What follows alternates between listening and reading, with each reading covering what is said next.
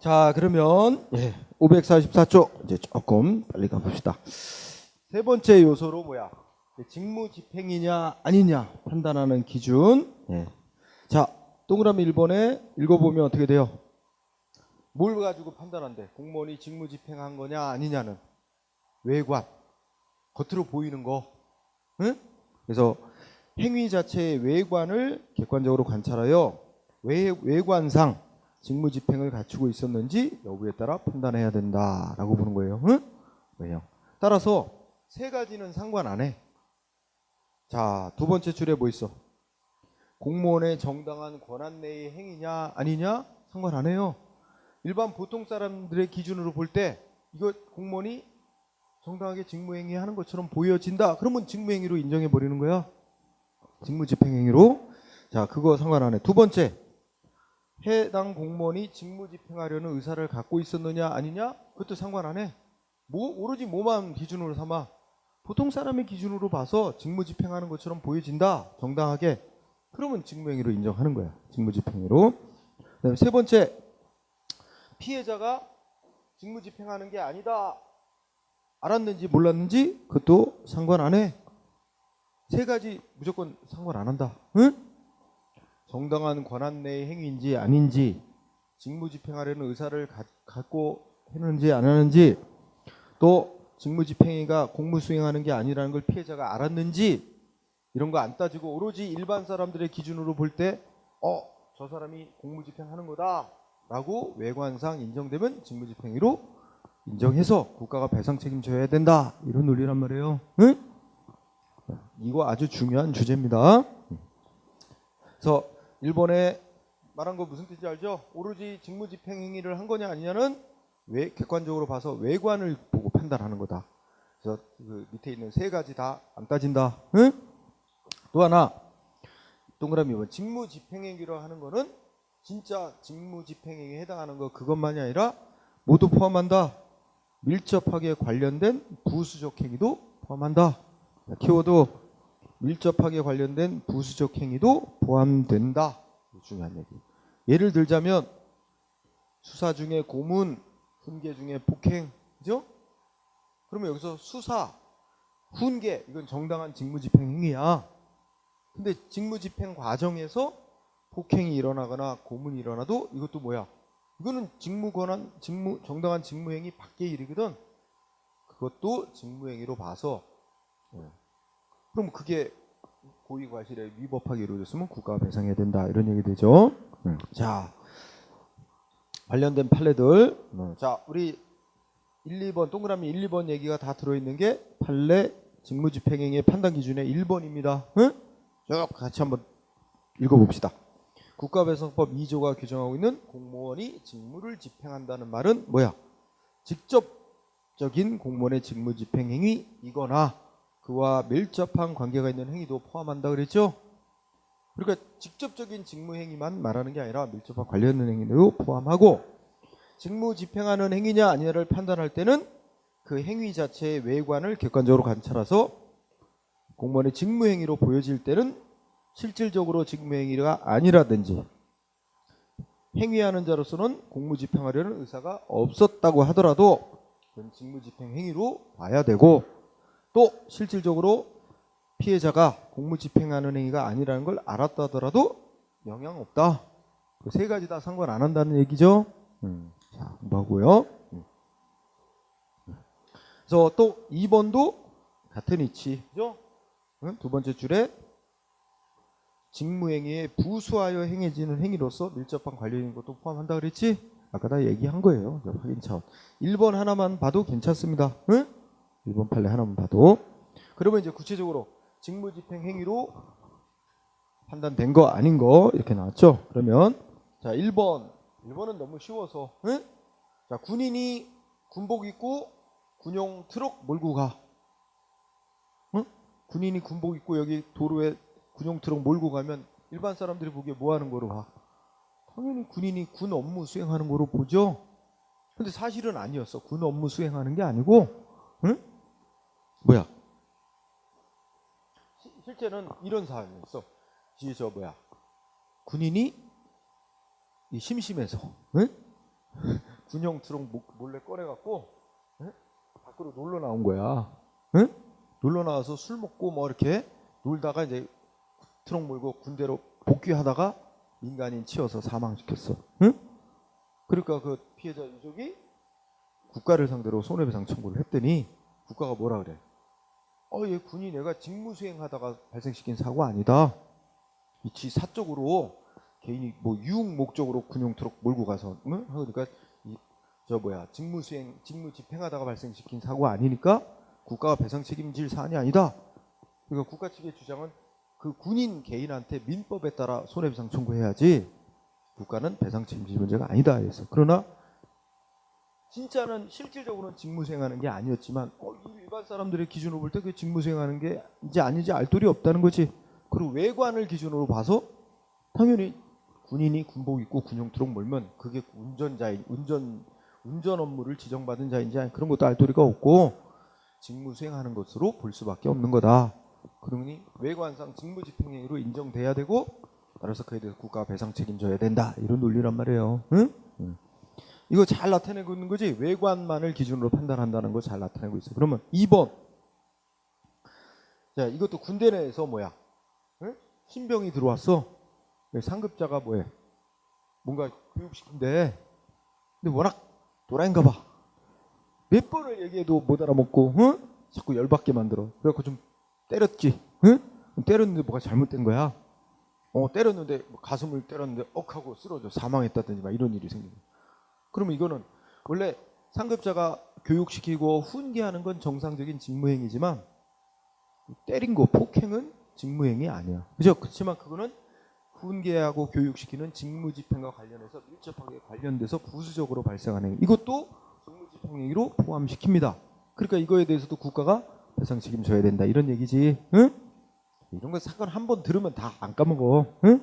그 다음에 세 번째 판례. 여기 뭐가 나와? 교통할아버지 나옵니다. 교통할아버지. 응? 자, 우선 여기 두 가지 논점이 있어. 교통할아버지는 공무원이냐 아니냐. 즉 당연히 신부는 공무원이 아닌 자야. 이게 어떤 사람이냐면 여기 우리 구청장이 그 동장들한테 지시를 내려서 그 신체 건강한 할아버지 좀 모집해서 간단한 뭐 거리 정리, 교통 지도 뭐 이런 업무를 약간 수행하게 하고 수당을 좀 드리는 방식으로 그래서 선정된 할아버지를 교통할아버지라고 일명 칭한 거예요. 응? 근데 그러니까 신부는 공무원이 진짜 신분이 공무원인 사람은 아니에요. 그렇지만 뭐였어요 이거? 지방자치단체장으로부터 제한적이지만 그리고 일시적이지만 일정한 공무를 수행하도록 권한 부여받은 자니까 국가배상법에서 말하는 공무원에는 포함이 되고 근데 또 하나 논점은 또 뭐야? 응? 이 할아버지가 시키지도 않은 일을 하다가 사고를 유발시킨 거야. 거기 보면 이 할아버지한테 맡긴 일은 어떤 업무야? 두 번째 줄에 어린이 보호, 교통 안내, 거리 질서 확립 이런 업무 하시라 그런 거야. 그럼 예를 들어서 교차로 같은데 어떻게 했어? 응? 이 할아버지는 구청에서 나눠준 모자 쓰고 뭐 어깨에 들고 깃발 들고 뭐 이렇게 이런 업무를 하는 거야. 그래서 예를 들어 교차로 같은 데서 여기 횡단보도가 이렇게 있으면 여기서 이제 깃발 들고 뭐 이 차도로 내려서지 못하게 하고 뭐 애들 좀 보호하고 이런 업무 여기 서서 하시라 그런 건데 이 할아버지가 여기 넘치신 분이야. 그죠? 이 교차로 한복판에 나와서 막 교통 정리하다가 사고를 나게 만드는 거야. 그래서 피해자 측에서 이 구청에다가 지방자치단체인 구에다가 손해배상 청구를 했지. 구에서는 뭐라고 주장해? 이 할아버지는 우리가 부여한 권한 밖의 행위를 독단적으로 한 거다. 이건 직무집행행위로 우리가 인정 못한다. 그러니 그거는 그 교통 할아버지 개인한테 민법에 의해서 피해자가 손해배상 청구를 해야지 구청이 배상 책임질 문제가 아니다. 직무집행행위 아니라고 한 거야. 그런데 직무집행이 실제는 직무집행이 아닌 거지. 독단적으로 주어진 권한 밖의 일을 한 거잖아. 하지만 일반 사람들의 기준으로 판단해야 된다는 거 아니야? 일반 사람들의 기준으로 외관을 보고 판단해야 돼. 외관을 보건데 뭐야? 구청에서 나는 좀 모자 쓰고 어깨 들고 깃발 들고 하는데 그죠? 그러면 일반 사람들이 구청에서 어떤 업무까지 하시라 하고 권한 준지는 알 도리가 없고 당연히 저것도 구청에서 부여한 권한 행사하는 것처럼 그렇게 볼 수밖에 없는 거 아니야? 일반 사람들 기준으로 보면. 따라서 외관을 기준으로 볼 때 이것도 직무집행행위로 포함된다. 따라서 구청이 국가배상법에 따라 배상해야 된다. 이런 판결입니다. 그죠? 그래서 이거 잘 나와 시험에. 근데 교통할아버지 나오면 두 가지 논점. 하나보다 국가배상법에서 말하는 공무원에 포함되고 또 이것도 권한밖의 행위지만 외관을 기준으로 직무집행행위로 인정된 거다. 응? 이렇게 정리하면 되죠. 그 다음에 4번도 잘 나와. 4번은 첫째 줄 뭐라고 그랬어? 인사업무 담당 공무원이 다른 공무원의 공무원증을 위조. 그러니까 원래 이 사람은 신분도 공무원이야. 국가의 공무원이고 담당하는 업무가 다른 공무원들의 뭐 공무원증 발급해주고 공무원 관련 증명서 발급해주고 이런 업무를 원래 맡아보던 공무원인데 어느 날 어떻게 했어? 다른 공무원들의 증명서 같은 거 다 지가 위조하고 막 지가 빼내갖고 은행 가서 그러니까 예를 들면 다른 공무원들이 자기 다 보증 섰다. 뭐 이런 걸로 해가지고 그 서류를 갖춰와서 은행에서 거액을 대출받고 날라버린 거야 이 공무원. 응? 근데 은행이 어떻게 했어?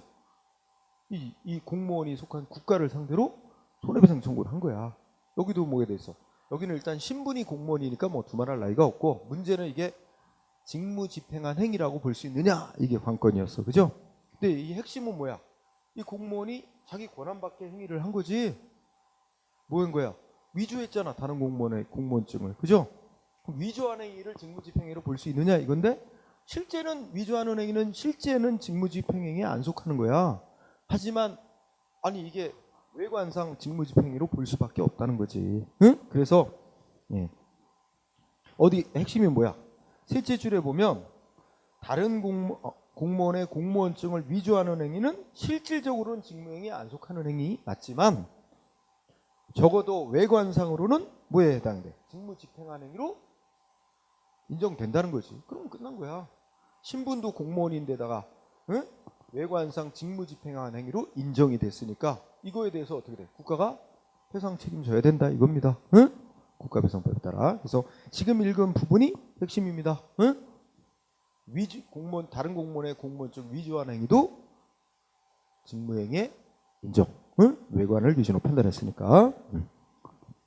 그 다음에 5번 판례 잘은 안 나왔는데 또 어쩌다 작년쯤인가 한번 또 나온 것도 같아. 어쩌다 한번 나왔는데 미군 부대에 소속돼 있는 선임하사관이 공무수행차 예하 부대로 출장을 감에 있어 타고 갈 공용 차량이 없어서 개인 소유 차량을 빌려 직접 운전해 가서 그 출장 가가지고 공무를 보고 나자 퇴근 시간이 다 돼 가니까 그 차량을 운전해서 집으로 운행하던 중 교통사고 발생했다면 이 차량의 운행은 출장 명령을 수행하기 위한 직무 수행과 밀접한 관련이 있는 것으로 봐야 한다. 이렇게 했습니다. 그죠?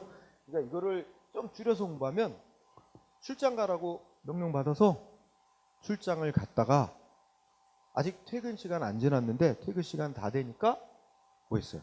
그저 보고했을 거야. 이제 이 출장 갔던 일 이렇게 처리 다 했습니다. 상관하게 전화로 보고했을 것 같아. 보고하고 그러니까 막 바로 퇴근하겠습니다. 그러니까 그래라 그래가지고 이제 퇴근하다가 사고 낸 거야. 그래서 이거는 출장 중에 그러니까 퇴근 후에 교통사고, 그지? 퇴근 중에 그러니까 퇴근 후가 아니고 퇴근 중에 교통사고 낸 거 직무와 밀접한 관련이 있다. 그래서 직무집행행위로 인정이 됐다는 거야. 그래서 이 사고에 대해서 국가가 배상 책임져야 된다. 이렇게 마무리가 됐다고. 그래서 이거를 줄이면 퇴근 중에 교통사고 직무집행행위로 인정. 이렇게 간단히 요약할 수 있어요. 퇴근 중에. 또 5번, 6번 다 같은 논리. 5번, 6번. 육군 중사가 개인 소유 오토바이 뒷좌석에 같은 부대 소속 군인을 태우고 다음날 실시 예정인 무슨 뭐 독수리 훈련 뭐 이런 거 훈련 대비 사전 정찰차 훈련 지역 일대를 살피고 귀대하던 중 교통사고. 이거 사전 정찰한다. 다음날 있을 훈련 대비해서 사전 준비 뭐 이거 점검차 나간 거 직무행위로 인정됐고. 응? 그래서 설령 개인 소유 오토바이를 운전했더라도 직무 수행한 거로 봐야 된다 해서 결국 직무집행 밀접한 행위다 인정했죠? 그래서 이것도 5번, 6번 같이 공부할 것. 7번은 참고사항으로 그냥 읽어두면 될 거고. 자, 직무집행유예로 인정되지 않은 사례. 자, 1번 두 줄.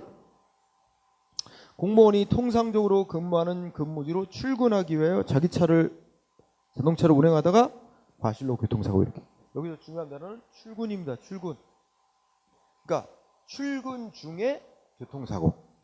직무 집행하다가 발생시킨 사고로 봤어요? 안 봤어요? 안 봤다는 거지. 아직 직무가 시작이 안 됐다고 본 거예요. 출근 중이니까. 응? 그래서 이거하고 간단하게 대비시키는 건 5번이었지. 위에 5번. 요거는 출장 가라는 명령 받고 출장 가서 직무 수행하고 돌아오던 중. 그죠? 이렇게 퇴근 중에 사고니까 아직 직무가 맞춰지지 않았다고 본 거야. 그러니까 직무 집행행위로 인정. 퇴근 중의 사고는 직무 집행행위로 인정. 출근 중의 사고는 직무 집행행위로 인정 안 했다. 이렇게 좀 대비를 시키세요. 자, 다음 페이지 2번. 2번은 자, 구청 공무원 갑이 있는데 구청 공무원이 사기 쳤어. 응?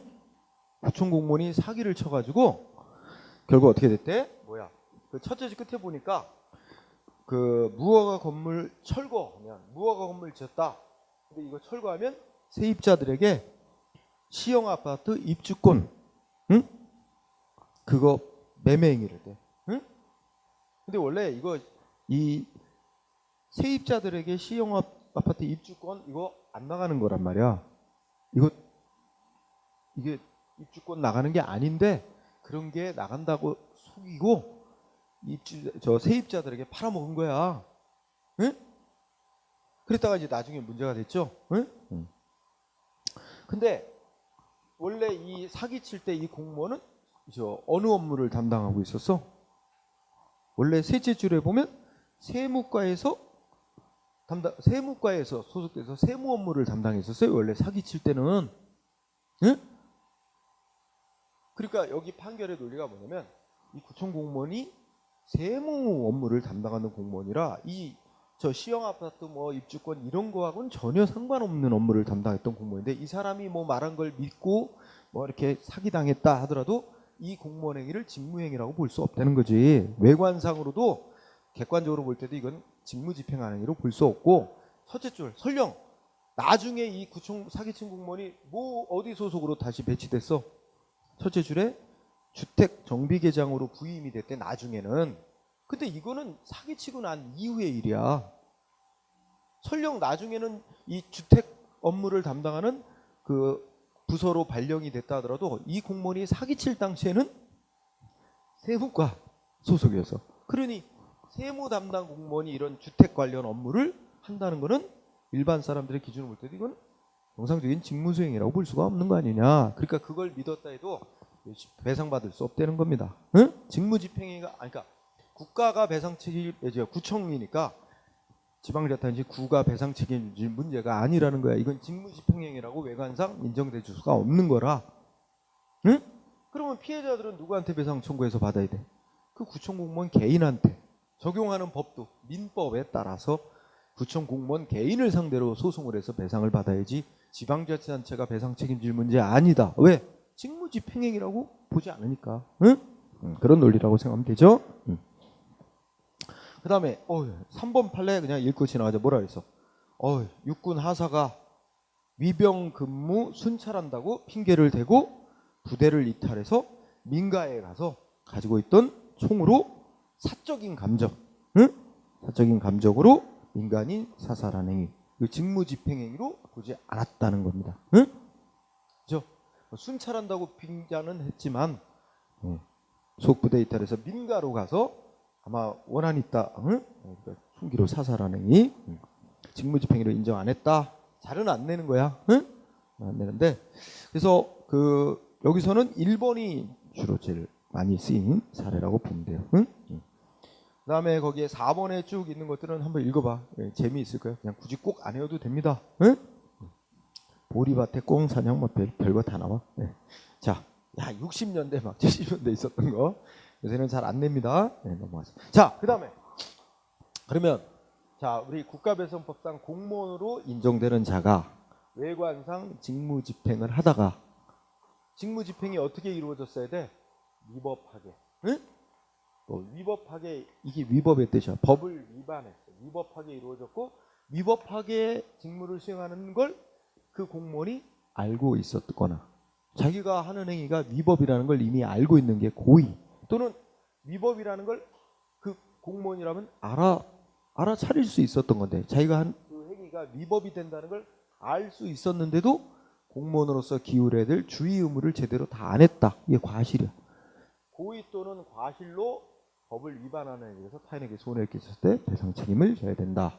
그래서 국가가 이때 고의 또는 과실, 의 가볍게 읽고 지나가요. 응? 고의란 이미 알고 있는 거고 과실은 알아차렸어야 됐는데 기울여야 될 주의 의무를 다하지 못한 걸 말하고, 근데 여기서는 2번이 중요합니다. 과실관념의 객관화 경향. 응? 여기서 객관화라는 말 또는 추상화라고도 표현하는데 그 객관화, 추상화란 말이 중요합니다. 그러면 요게 이제 문제의식이 뭐냐면, 야, 직무를 수행할 때 기울여야 되는 주의 의무를 다 기울였느냐 아니냐. 이 사실은 이 직무를 수행한 공무원의 내면의 심리 상태입니다. 말하자면 직무를 수행할 때 주의를 기울였느냐 안 기울였느냐, 응? 이 공무원 개인의 주관적인 내면의 심리 상태인데 이걸 피해자가 증명을 해야 돼요. 응? 공무원이 직무를 수행할 때 주의 의무를 다하지 않았다 하는 거를 증명을 해내야 되는데 이게 쉽지가 않아. 응? 그러면 다른 건 다 요건이 맞아도 공무원에게 과실, 주의 의무 기울이지 않았다는 것을 증명을 못 해내면 과실이 있었다, 그 공무원에게. 이걸 증명을 못하면 피해자는 손해배상을 못 받아요. 근데 그게 입증이 무진장 어려운 거야. 그래서 오늘날의 경향은 이제 우리 행정법의 경우 국민의 구제를 좀 더 확대하는 쪽으로 간단 말이야. 그래서 이 과실이란 걸, 공무원에게 과실이 있다는 걸 조금은 더 쉽게 인정받을 수 있도록 그렇게 법을 해석해야 될 필요가 있다 해서 나오는 게 객관적으로 파악하는 거야, 과실을. 그래서 벌칙 읽어보면 과실관념의 객관화 내지 추상의 경향은 결국 어떻게 돼? 과실이 있었다는 걸 좀 더 쉽게 증명을 할 수 있게 해서 결국 셋째 줄에 뭐야? 피해자 구제를 확대하기 위해서 생겨난 논리입니다. 그 밑줄 쳐주세요. 과실관념의 주관화 경향 그러면 안 돼. 주관화 경향이란 말을 쓰면 틀린 거고, 오늘날의 추세는 뭐라고? 객관화 경향, 응? 추상화 경향, 이런 말이 나와야 되고, 요 목적이 뭐에 있다? 피해자가 좀 더 손해배상 받기 쉽게 만들려는데 목적이 있는 거예요. 피해자 구제 확대라는 목적에서 이런 논리로 해결한다. 그래서 요 과실이라는 개념을 객관적으로 하려는 노력이 몇 가지 방향이 있는데, 우리 판례가 취하는 태도는 마지막 줄, 맨 마지막 줄에 판례는 직무를 수행한 공무원에게 과실이 있었다 하는 거를 뭘 기준으로 판단하자고 봐요? 응? 평균적인 공무원에게 통상 요구되는 주의 의무, 주의력을 기준으로 판단하자 이거예요. 응? 이거 마지막 문장 중요해요. 평균적인 공무원의 주의 의무 정도, 응? 이걸 기준으로 하는 거예요.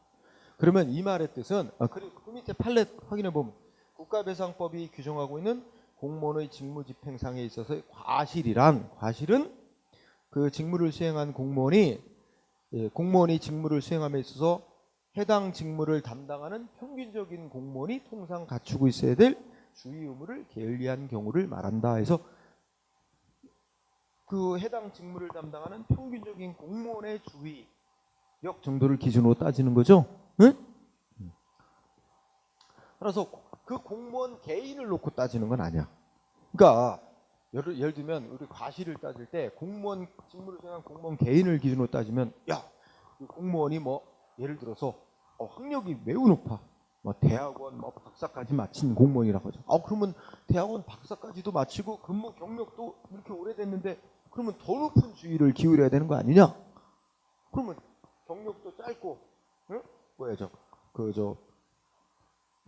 뭐 고등학교만 졸업했고 뭐 이러면 똑같은 업무를 수행하는데 그러면 주의를 또 과실을 따질 때 주의해야 될 의무는 낮은 수준, 이렇게 해서 각 공무원 개개인마다 그 개인별 그 여러 가지 여건을 고려해서 과실을 판단하는 것, 그렇게 하지는 않는다는 거지. 그래서 평균적인 공무원의 주의력을 기준으로 따진다 이렇게 되고, 또 이걸 부연 설명하자면 같은 업무를 수행하는, 그러니까 같은 상황에서, 거의 유사한 상황에서 그 같은 업무를 수행하는 공무원들은 다 법 위반하지 않고 적법하게 임무를 수행하는데, 이 공무원만 거의 같은 상황에서 위법하게 직무를 수행했다. 그러면 이 공무원은 비교해 볼 때 과실이 있었다라고 보자는 거지. 다른 평균적인 공무원들하고 비교해 볼 때, 그죠? 그렇게 판단하자는 거예요. 이렇게 하면 그 피해자 입장에서 조금 더 어떻게 돼? 공무원에게 과실이 있었다는 걸 증명을 하는 게, 즉 입증하기가 조금 더 수월해요. 그래서 배상받기 수월하게 하는 겁니다. 그래서 하여튼 중요한 단어, 객관화 경향의 경향, 피해자 구제를 위해서. 그래서 판례는 해당 업무를 수행하는 평균적인 공무원의 주의력을 기준으로 과실을 판단하고자 한다. 그거 알아두고요. 자, 그 다음에 방가로 3번 고의과실의 판단 기준, 동그라미 1번은 같은 얘기가 됐고, 여기서 동그라미 2번, 3번이 중요합니다. 응? 자, 동그라미 2번. 자, 여기서 공무원에게 법을 위반해서 직무를 수행한 공무원에게 고의 또는 과실이 있다 할 때, 이 고의 또는 과실은 누구한테 있으면 되는 거야? 직무를 수행한 공무원한테 고의 또는 과실이 있으면 어떻게 돼? 국가는 그 손해에 대해서 보상해야 된다. 여기서의 고의 과실은 직무 수행한 공무원에게 있을 것을 요건으로 하고 있는 거예요. 그래서 읽어봐. 여기서의 고의 과실은 가해 공무원의 고의 또는 과실을 의미하는 거다. 따라서 가해 공무원이 직무를 수행함에 있어서 고의 또는 과실이 있다고 인정되면, 국가는 그 공무원을 선발하고 임명하고 감독하는 데 있어 과실이 있었든 없었든, 여기 국가의 고의 과실은 안 따지는 거예요. 누구의 고의 과실만 있으면 되는 거야? 가해 직무를 수행한 공무원에게 고의나 과실이 있으면 국가는 그 공무원 선발, 임명, 감독하는 데 잘못이 없어도 그 공무원의 행위에 대해서 배상 책임을 져야 된다는 겁니다. 응? 이거 중요한 문장이에요. 응? 즉, 두 번째 끝에 국가는, 국가나 지방자치단체는 그 직무를 수행한 공무원에 대해서 선임, 감독상의 과실이 있든 없든 그 공무원의 직무행위에 대해서 배상 책임을 져야 된다. 이 부분이 포인트입니다. 응? 이 점이 셋째 줄, 뭐하고 좀 다른 점이래. 민법이 756조에서 정하고 있는 사용자의 배상 책임과 차이다. 이것도 알아두세요. 여기서 사용자는 고용주라고 생각을 해봐. 응? 고용주. 그러면 그 어떤 어디에 근무하는 종업원이 고의 과실로 다른 사람한테 손해 끼쳤지, 그 업무와 관련해서. 이럴 때 그러면 고의 과실로 손해를 끼친 그자가, 종업원이 배상 책임자가 되지만, 그 사람한테 일을 시킨 고용주도 배상 책임이 있어요. 사용주도 배상 책임이 있어요. 그런데 그 민법상의 고용주, 사용주는 그 종업원을 관리 감독을 제대로 다 했다, 감독해야 될 의무를 게을리하지 않았다, 과실이 없다, 이거를 증명하면 고용주, 즉 사용주는 배상 책임 면한다고 돼 있어요. 그러나 이거하고 비교해 보면 여러분 어떻게 될까? 공무원은 종업원, 국가는 고용주, 이런 비슷한 이치야. 그러면 고용주 위치에 있는 국가가 종업원인 공무원을 제대로 감독을 철저하게 했어도, 종업원 격에 있는 공무원이 고의과실로 위법하게 직무 수행하면 국가는 무조건 배상 책임을 지도록 한 거 아니야. 근데 민법은 고용주가 관리 감독을 다 했다 하는 걸 증명하면 종업원의 행위에 대해서 배상 책임을 안 지도록 돼 있단 말이야. 그러니까 거기 좀 차이점이죠. 응? 이해됐어요? 네, 그거 좀 중시. 그래서 거기 넷째 줄 앞머리까지 잘 공부하면 되고, 그죠? 동그라미 3번 또 중요하다 그래서. 한편 최근의 판례는 공무원이 직무상 부여된 권한을 행사하지 아니한 게, 공무원에게 부여된 직무상 권한을 행사하지 아니한 게 이게 직무상 의무를 위반하여 위법하다라고 인정이 되면 특별한 사정이 없는 한 과실도 있다라고 인정한다는 거죠. 응? 그래서 그 문장도 중요합니다.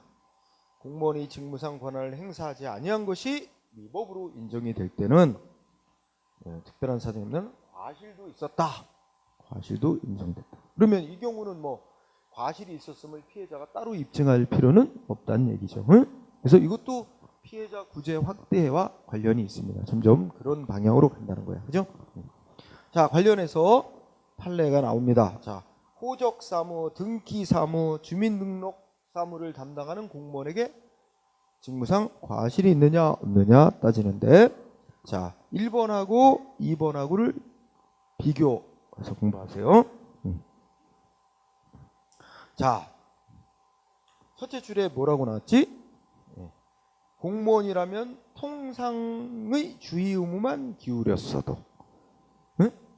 공무원이라면 통상적으로 그 업무를 수행하는 데 필요한 주의 의무만 조금만 다 했어도 제출된 서류가 뭐야?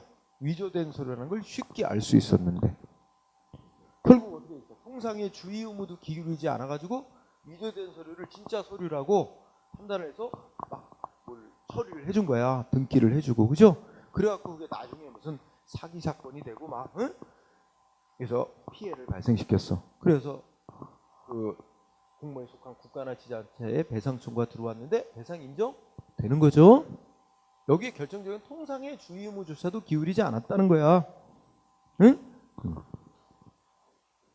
그죠? 그 다음에 2번은 어떨까요?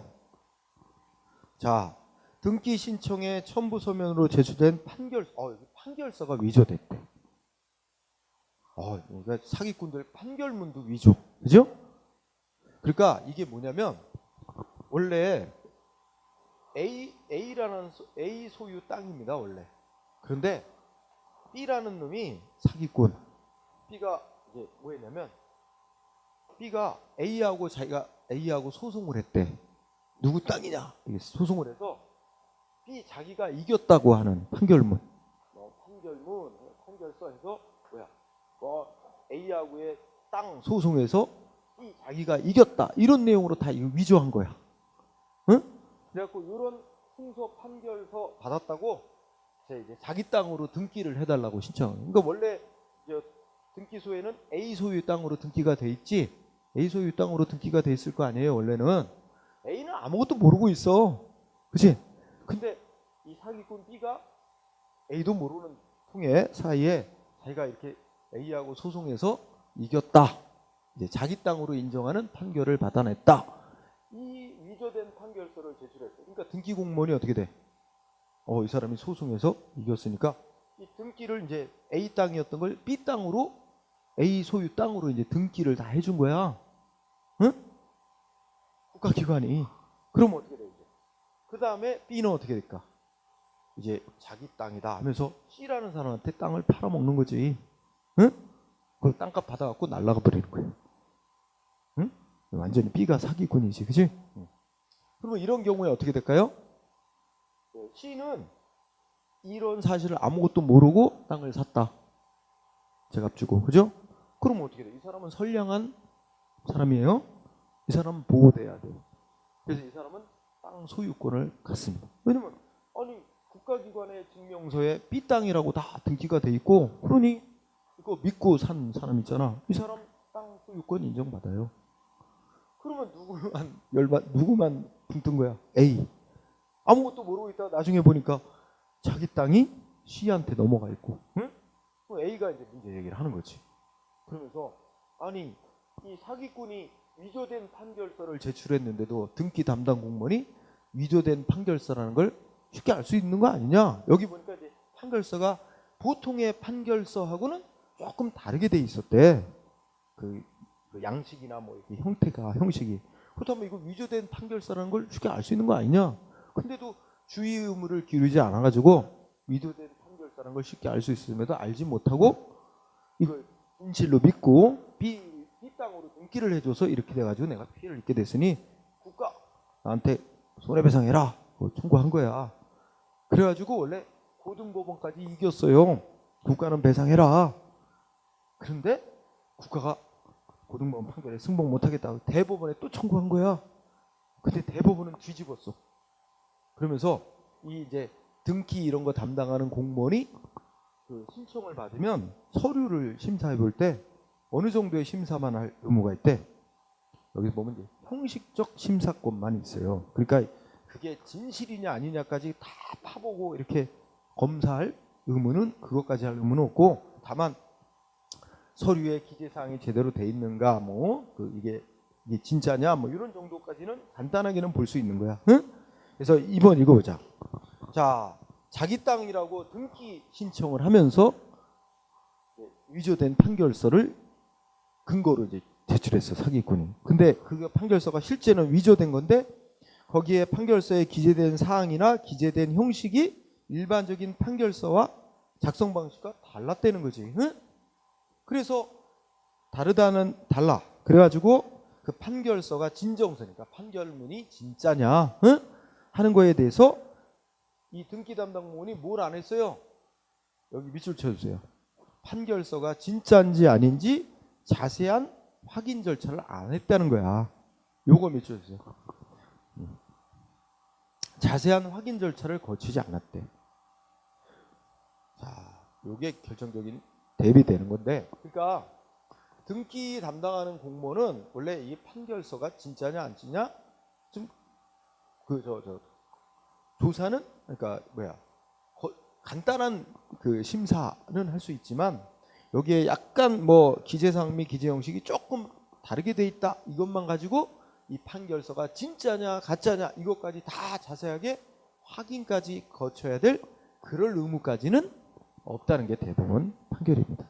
그럴 의무까지는 이 등기 담당 공무원에게 있는 건 아니다.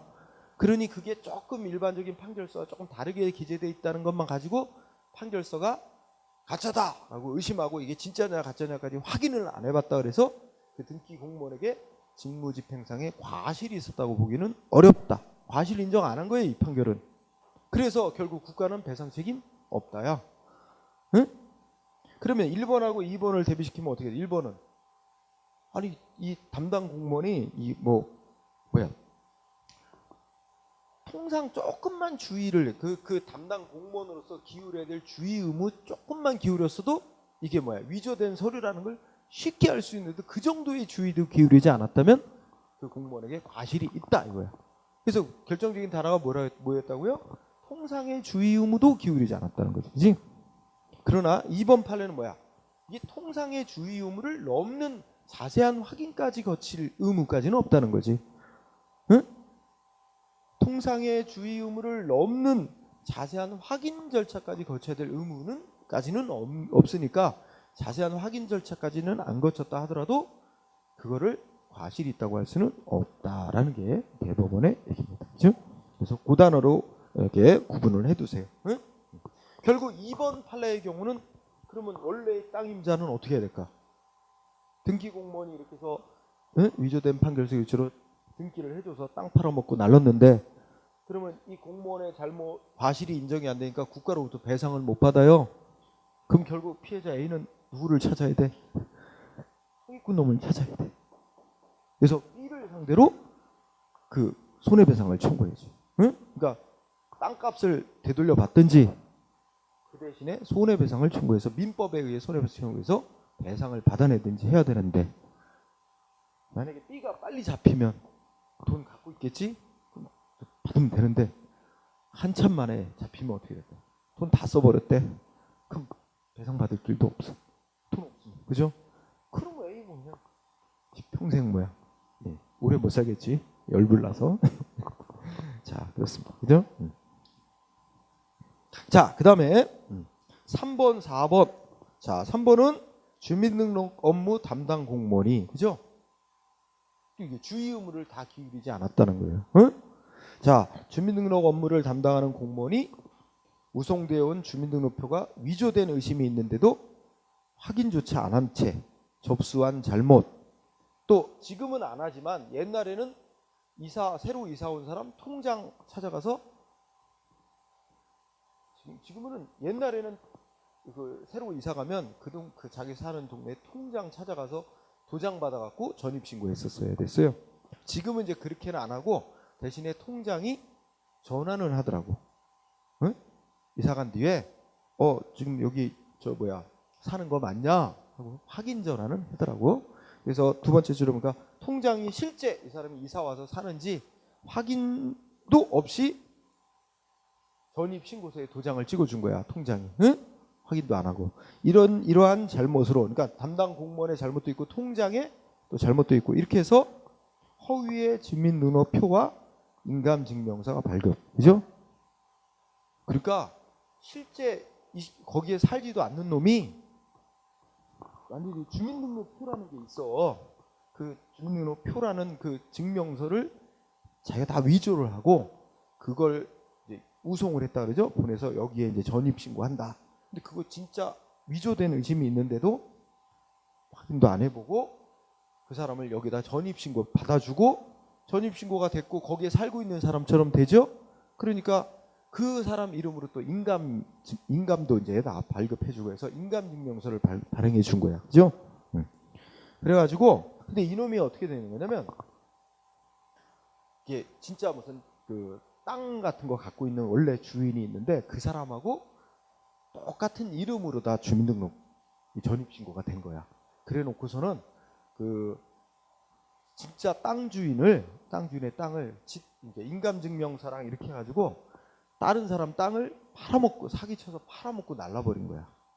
응? 그러니까 생각을 해보면 이름은 똑같이 해. 원래 땅 주인의 이름하고 똑같이 자기 이름으로 해가지고 주민등록표를 위조해서 그 전입신고를 해놓고 인감증명도 받아내.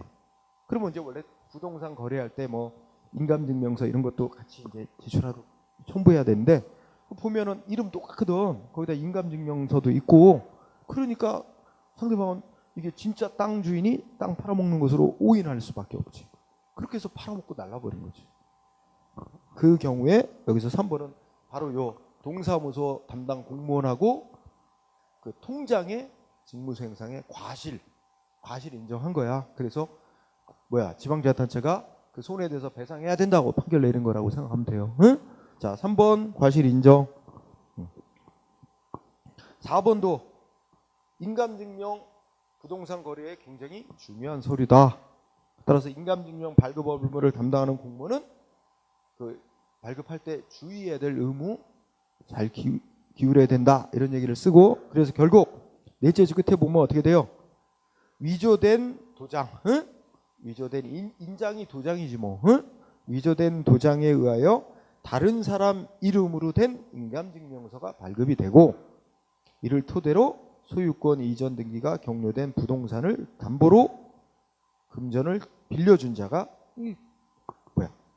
손해를 입게 된 경우. 그죠? 그러니까 아마 하여튼 위조된 도장에 의해서 다른 사람 도장 가지고 뭔가 인감증명 발급 신청, 그래갖고 딴 사람의 인감증명서가 발급된 거야. 원래 땅 주인에. 그죠? 그러면 그 땅 가지고 인감증명서 첨부해서 뭐 했어요? 대출을 받는다고 생각해봐. 그런 거 서류 내고 거액을 땅을 담보로 해서 거액을 대출받아 날른 거야. 응? 결론은 어떻게 돼? 인감증명 발급 사무를 담당하는 공무원이 직무집행상 과실이 있었다. 지자체 배상 책임 인정됐어요. 그죠? 자, 여기서 4개의 판결 중에 2번만 이 등기 담당 공무원의 과실 인정 안 한 겁니다. 응? 1, 3, 4는 다 과실을 인정해서 배상, 국가나 지자체의 배상 책임 인정한 거예요. 자, 그래서 다 공부해둬야 됩니다. 그 다음 판결들이 아주 중요한 판결들이 나와요. 자, 547페이지. 공무원들이 법을 해석 적용을 잘못했을 때 그 공무원에게 법 해석 적용에 과실이 있다고 볼 거냐? 이런 문제예요. 자, 1번은 어때요? 일단 밑줄친 부분을 봅시다. 일반적으로 공무원이 자기가 담당하는 업무와 관련된 법도 잘 모르거나, 응? 일반적으로 공무원이 자기 담당 업무와 관련된 법도 모르거나 필요한 지식을 못 갖춰서 법 해석을 잘못해가지고 법집행위인 처분을 했다면, 설령 그 공무원이 행정공무원으로서 법률 전문가가 아니라 할지라도 과실이 없다고는 할 수 없다. 응? 이 끝말 꼭 마음에 안 드는 말 쓰죠. 판결문. 과실이 있다 그러면 될걸. 응? 없다고는 할 수 없다. 꼭 그지 같은 표현. 응? 자, 과실이 인정됐어요. 자기 담당 업무하는 법도 모르고 필요한 지식 공부도 안 해가지고 필요한 지식도 못 갖춰서 법 해석 적용 잘못했다면 그 공무원에게 과실 있다. 다만 이제 밑줄은 치지 말고 다만 어느 때 앞부분 그냥 읽어봐봐. 법에 대한 해석이 워낙 복잡하고 미미해서 어려운 데다가 그 법에 대한 해석에 관해서 학설 판례도 통일이 안 돼 있고 이렇다면 모를까 그렇다면 예외로 하겠지만 그렇지 않고 그런 법에 대한 법에 대한 해석이 어려운 것도 아니고 학설 판례가 통일이 안 돼 있는 것도 아니고 뭐 이런데도 당연히 자기 담당 업무에 관련된 법도 모르고 필요한 지식도 못 갖춰서 법 해석 잘못했다면 설령 행정공무원이라 할지라도 그 법 해석 적용상의 과실이 있다. 그래서 발생한 손해에 대해서는 그 공무원이 속한 국가나 지자체는 배상해야 된다 이런 얘기죠. 그러나 1번은 그렇죠. 그러나 2번은 반대로 두째 줄 수업 때 읽어보세요. 2번의 앞부분은 지금 1번에서 얘기한 거지. 자, 2번의 두 번째 줄. 법령에 대한 해석이 워낙 복잡하고 미묘하여 어려운 데다가 학설이나 법 어떻게 해석할지에 대해서 학설이나 판례도 통일되어 있지 않단 말이야. 이런 상황에서 공무원이 나름대로 신중을 다 벌써 힌트가 있어. 신중을 다하여 이런 말로 하면 그 법 해석한 공무원에게 과실이 없다는 취지가 벌써 뉘앙스가 드러납니다.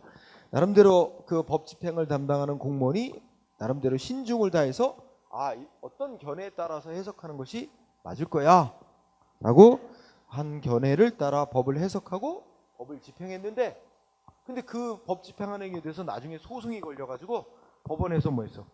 그렇게 해석하고 집행한 것은 위법이다 라고 나중에 판결이 나왔다 하더라도 결과는 그렇게 됐다 하더라도 그렇게 해석하고 집행한 공무원에게 그 행정공무원에게 그 이상의 것을 기대할 수는 없다 하면서 그 집행한 해석 적용한 공무원에게 과실이 있다고 볼 수는 없다야. 응? 그래서 출발점이 어때요?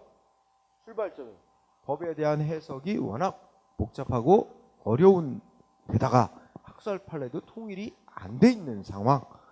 그래서 나름대로 담당 공무원이 신중을 다해서 어떤 견해에 따라 해석 집행을 했는데 결과적으로는 법원에 의해 위법한 해석 적용이라고 판결이 났다 할지라도 그 공무원한테는 과실이 있다고 볼 수는 없다. 따라서 그럼 어떻게 될까요? 그 잘못 집행한 행위에 대한 손해배상 책임은 인정이 안 되고 다만 위법한 조치가 됐으니까 그걸 취소해 준다고 해서 시정은 해주지만 손해배상 책임까지는 성립이 안 된다는 말입니다. 응? 자, 이것도 중요. 그 다음에 3번 판례 어떻게 공부할까? 3번 판례는 첫째 줄을 잘 보세요. 행정청이 거기에 무슨 말이야? 관계 법령의 해석이 확립되기 전 이게 결정적인 힌트예요. 응? 그러니까 법에 대한 해석이 확립됐다는 말은 어떤 경우가 있냐면 법에 대한 해석에 대한 최종 권한은 법원에게 있는 겁니다. 응? 그러니까 법원에서 판결로서 이 법의 의미 이런 거다라고 판결이 있다면 법에 대한 해석이 확립됐으니까 그와 다르게 해석하고 집행하면 위법 공무원에게 과실이 있다고 볼 거야. 근데 여기는 지금 법에 대한 해석이 뭐 판결로서 확립되거나 그러진 않았대요. 그치? 이게 중요한 출발점이야. 관계법령의 해석이 확립되기 전. 그 다음에 쭉 읽어보면 그래서 법을 집행하는 공무원이 어느 견해에 따라 법을 해석하고 집행을 했는데 결과적으로 나중에 그거 잘못 집행한 거다라고 결과가 나오더라도 그 공무원에게는 과실이 있다고 할 수는 없다. 그러니까 2번과 3번이 비슷한 취지죠. 거의 같은 논리야. 그죠? 자, 2번, 3번. 그러나 4번은 어떻습니까? 첫째 줄에 무슨 단어가 나와요? 무슨 용어가 나와? 응? 대법원이 판단 내려서 관계법령의 해석이 확립이 됐대 이미. 그러면 우리 법 집행하는 공무원 이런 해석, 이 대법원 판결로서 확립된 해석에 따라 법 집행을 해야 되지. 응? 그러니까 뒷얘기도 나오면 대법원에 의해서 법 해석이 확립되어 있고 또 뭐야? 상급기관에서도 대법원 판단으로 이렇게 해석하는 거로 판결이 나왔으니 이렇게 해석해서 법 집행하라고 지침까지 다 내려온 마당에 밑에 공무원이 어떻게 써? 고집 되겠어요. 그죠? 공무원. 응? 계속 뭐 했대? 확립된 법 해석에 어긋나는 견해를 고집해서 계속 위법하게 법 집행을 했다면 그 공무원에게 과실 있다. 그죠? 간단히 얘기하면 이미 확립된 법 해석에 어긋나는 법 집행을 계속한 거죠. 그 공무원에게 과실이 있다. 자, 그러면 여기 1, 2, 3, 4번이 다 비슷한 이치, 그죠? 비슷한 논리잖아, 그죠? 그 다음에 5번. 5번 두 줄. 자, 행정처분이, 그러니까 행정이 아닌 법 집행한 조치가 법 집행하고 난 후에 행정 재량 권한 일탈 남용한 것이 돼서 위법한 조치였다고 나중에 판명이 되더라도 공무원이 뭐에 따라서 그렇게 해석하고 집행한 거라면 행정규칙, 이 행정규칙이 상급기관이 내린 업무 지침입니다. 여러분, 공무원은 상급기관이 업무 처리 지침 내려보내면 그에 따라 복종해서 그에 따라 집행을 해야 됩니다. 근데 그래서 상급기관이 내린 행정규칙, 업무 지침 따라서 업무를 수행했는데 나중에 그게 소송이 걸려갖고 위법이다라고 판결이 났다 하더라도 그에 따라서 집행한 공무원에게 잘못이 있다고 할 수는 없다는 얘기지. 응? 그래서 그 두 줄 꼭 알아두세요. 행정규칙이 정한 처분 기준에 따라서 집행한 거라면 공무원은 그에 따라야 될 의무가 있기 때문에 그 공무원에게 그의 과실이 있었다고 볼 수는 없다. 그러니까 그에 대한 배상 책임은 인정되지 않는다, 이런 얘기가 되겠죠. 그래서 두 줄. 그러면 이게 이제 이게 밑에 있는 동그라미 1, 2, 3번을 다 포괄할 수 있는 한마디고, 그래서 뭐 1번 똑같은 얘기니까 거기도 뭐야? 첫째 줄 밑줄 친데 동그라미 1번 뭐 나왔어? 행정처분의 선택 기준을 정하는 훈령에 따라 4개월 업무정지 처분에 따르죠. 여기는 훈령이라는 게 뭐야? 여기서 이게 행정규칙이야. 상급기관이 업무처리 지침 내려보낸 거죠. 응? 그게 똑같은 얘기죠 지금. 업무처리 지침에서 4개월 영업정지 시켰는데 나중에 그게 위법이라고 판명이 났다 해도 그에 따른 공무원 과실이 있다고 할 수 없다. 응? 다 1, 2, 3번 다 같은 이치입니다. 응? 그래서 따로 설명하지는 않겠어요. 응? 다 상급기관이 내려보낸 지침대로 공무원이 처리했다면 결과적으로 위법이라고 판명이 났다 하더라도 공무원에게 과실이 있다고는 볼 수 없다. 응? 그 다음에 6번. 6번은 자 읽어볼까요? 법원이 형사소송법 등 관련 법에 근거하여 검사에게 어떤 조치, 그러니까 수사 관련 서류를 열람 복사하는 걸 허용해 줘라 하고 검사에게 그런 해주라고 명하였고, 관련 법 해석상 법원의 결정에 따르는 것이 당연하고 그와 달리 해석될 여지가 없는데도 검사가 관련 법 해석에 관하여 대법원 판례 등의 선례가 없다는 이유로 법원의 결정에 안 따르고 법원의 수사 관련된 서류 열람 복사해주라는 법원의 결정을 계속 안 따르고 그에 어긋나는 행위를 했다면 우리에게 그 검사에게 과실이 있다고 봐야 된다. 응? 과실 인정한 거죠? 이거 그대로 읽으면 될 겁니다. 그죠?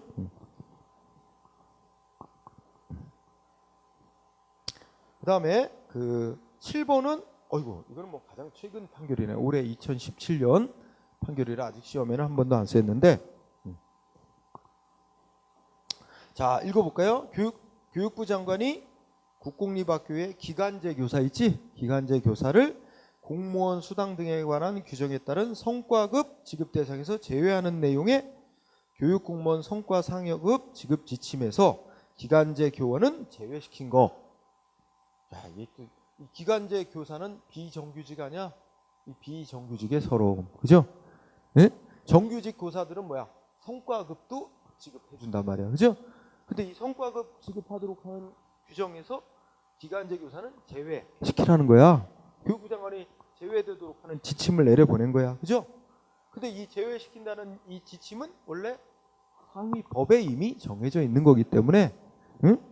그죠?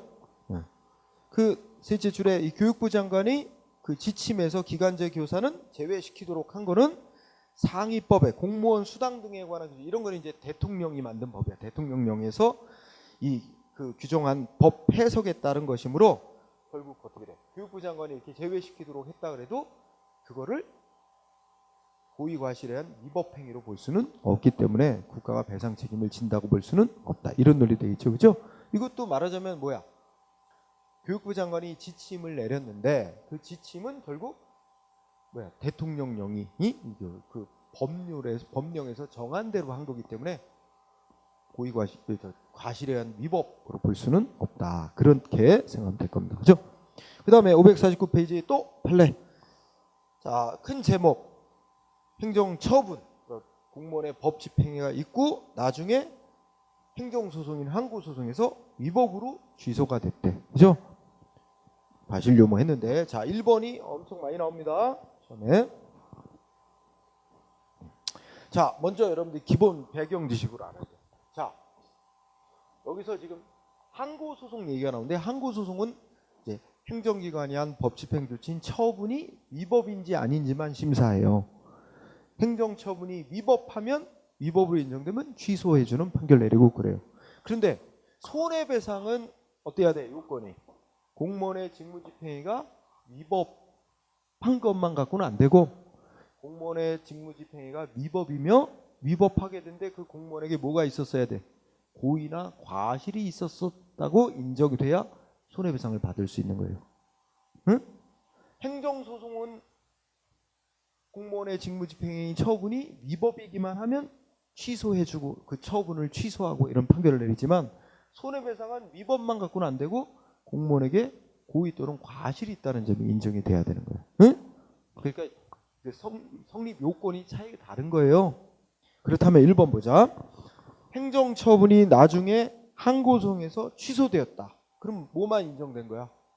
그 처분이 위법하게 행해졌다. 처분이 위법한 것이었다는 것만 인정이 돼서 취소된 거예요. 그 처분이. 응? 근데 취소됐다는 거 지금 내가 강조하고 있어. 취소됐다는 건 뭐만 인정됐다고? 위법만 인정된 거라고. 근데 손해배상은 뭐가 또 인정돼야 돼? 공무원에게 위법하게 한데 고의 또는 과실이 있다는 점이 인정이 돼야 되는데 그렇다면 항고소송에서 취소되었다 하는 것은 위법만 인정된 것일 뿐 그것만 가지고 바로 공무원의 고의과실에 의한 위법행위였다라고 단정할 수는 없다는 거예요. 응? 이거 되게 중요한데. 그러면 이거 지금 처음 생소한 것 같아? 그 앞부분에서 어떻게 했어? 공무원이 상급기관이 내린 지침에 따라서 업무 처리했어. 근데 나중에 어떻게 돼? 그 위법한 행위였어 하고 취소가 됐대. 행정소송에서. 그렇더라도 상급기관이 내린 행정규칙, 업무 지침에 따라서 법 집행한 공무원에게 과실 있다고 볼 수 없다. 그럼 뭐야? 과실 없으면 손해배상 책임은 인정이 안 되죠. 응? 그러니까 항고소송에서 취소되었다는 것은 위법하다는 것만 인정이 된 것일 뿐이지 그것만 갖고 고의과 공무원 직무집행한 공무원에게 고의과실이 있었다고 바로 인정할 수는 없는 거예요. 그럼 뭐야? 고의과 직무를 수행한 공무원에게 고의나 과실까지 있었는지는 또 따져봐야 된다는 얘기예요. 그 따져봐서 공무원의 고의과실이 있다고 인정이 되면 배상 책임까지 인정될 수도 있고 고의과실은 없는 거로 나오면 배상 책임까지는 인정이 안 된다. 이렇게 되는 거지. 1번 매우 중요.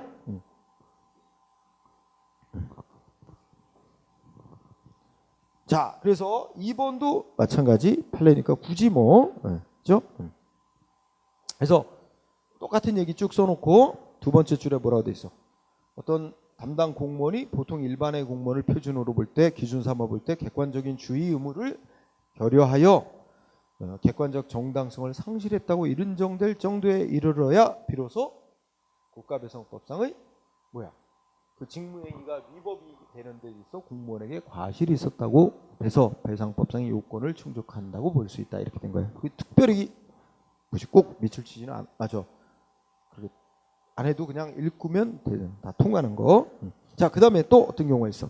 549페이지 아래쪽에 행정처분의 근거법률이 나중에 위헌으로 선언된다. 응? 그러니까 우리 공무원들이 있는데 행정공무원이 있는데 어떤 법률을 집행을 했어요. 응? 집행을 했는데 하고 난 뒤에 어떻게 했어? 그 근거법률 집행한 법이 헌법에 위반되는 법이었다고 나중에 선언이 된 거야. 그러면 결과적으로 어떻게 되는지 알아요? 그 공무원의 그 법 집행한 행위는 위법으로는 인정이 됩니다.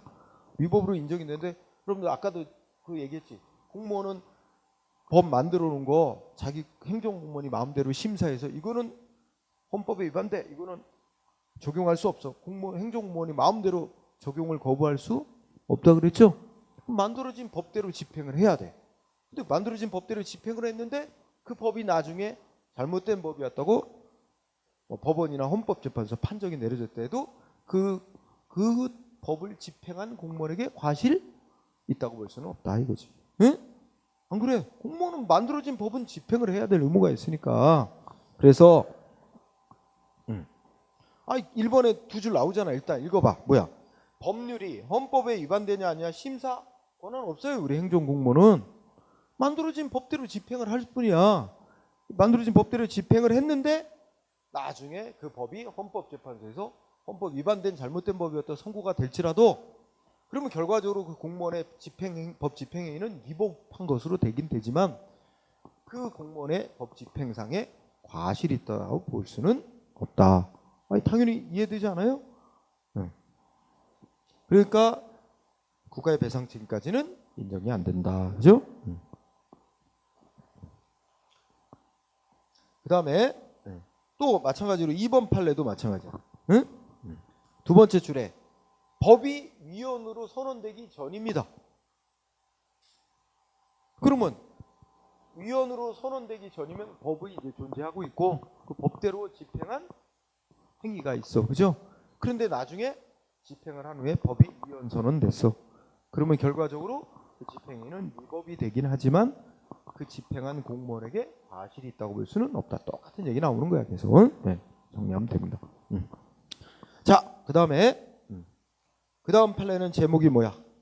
사후에 위헌 위법이라고 선언된 행정입법에 관여한 공무원의 과실 유무. 여기서는 이제 예를 들어서 이런 거 한번 해보자.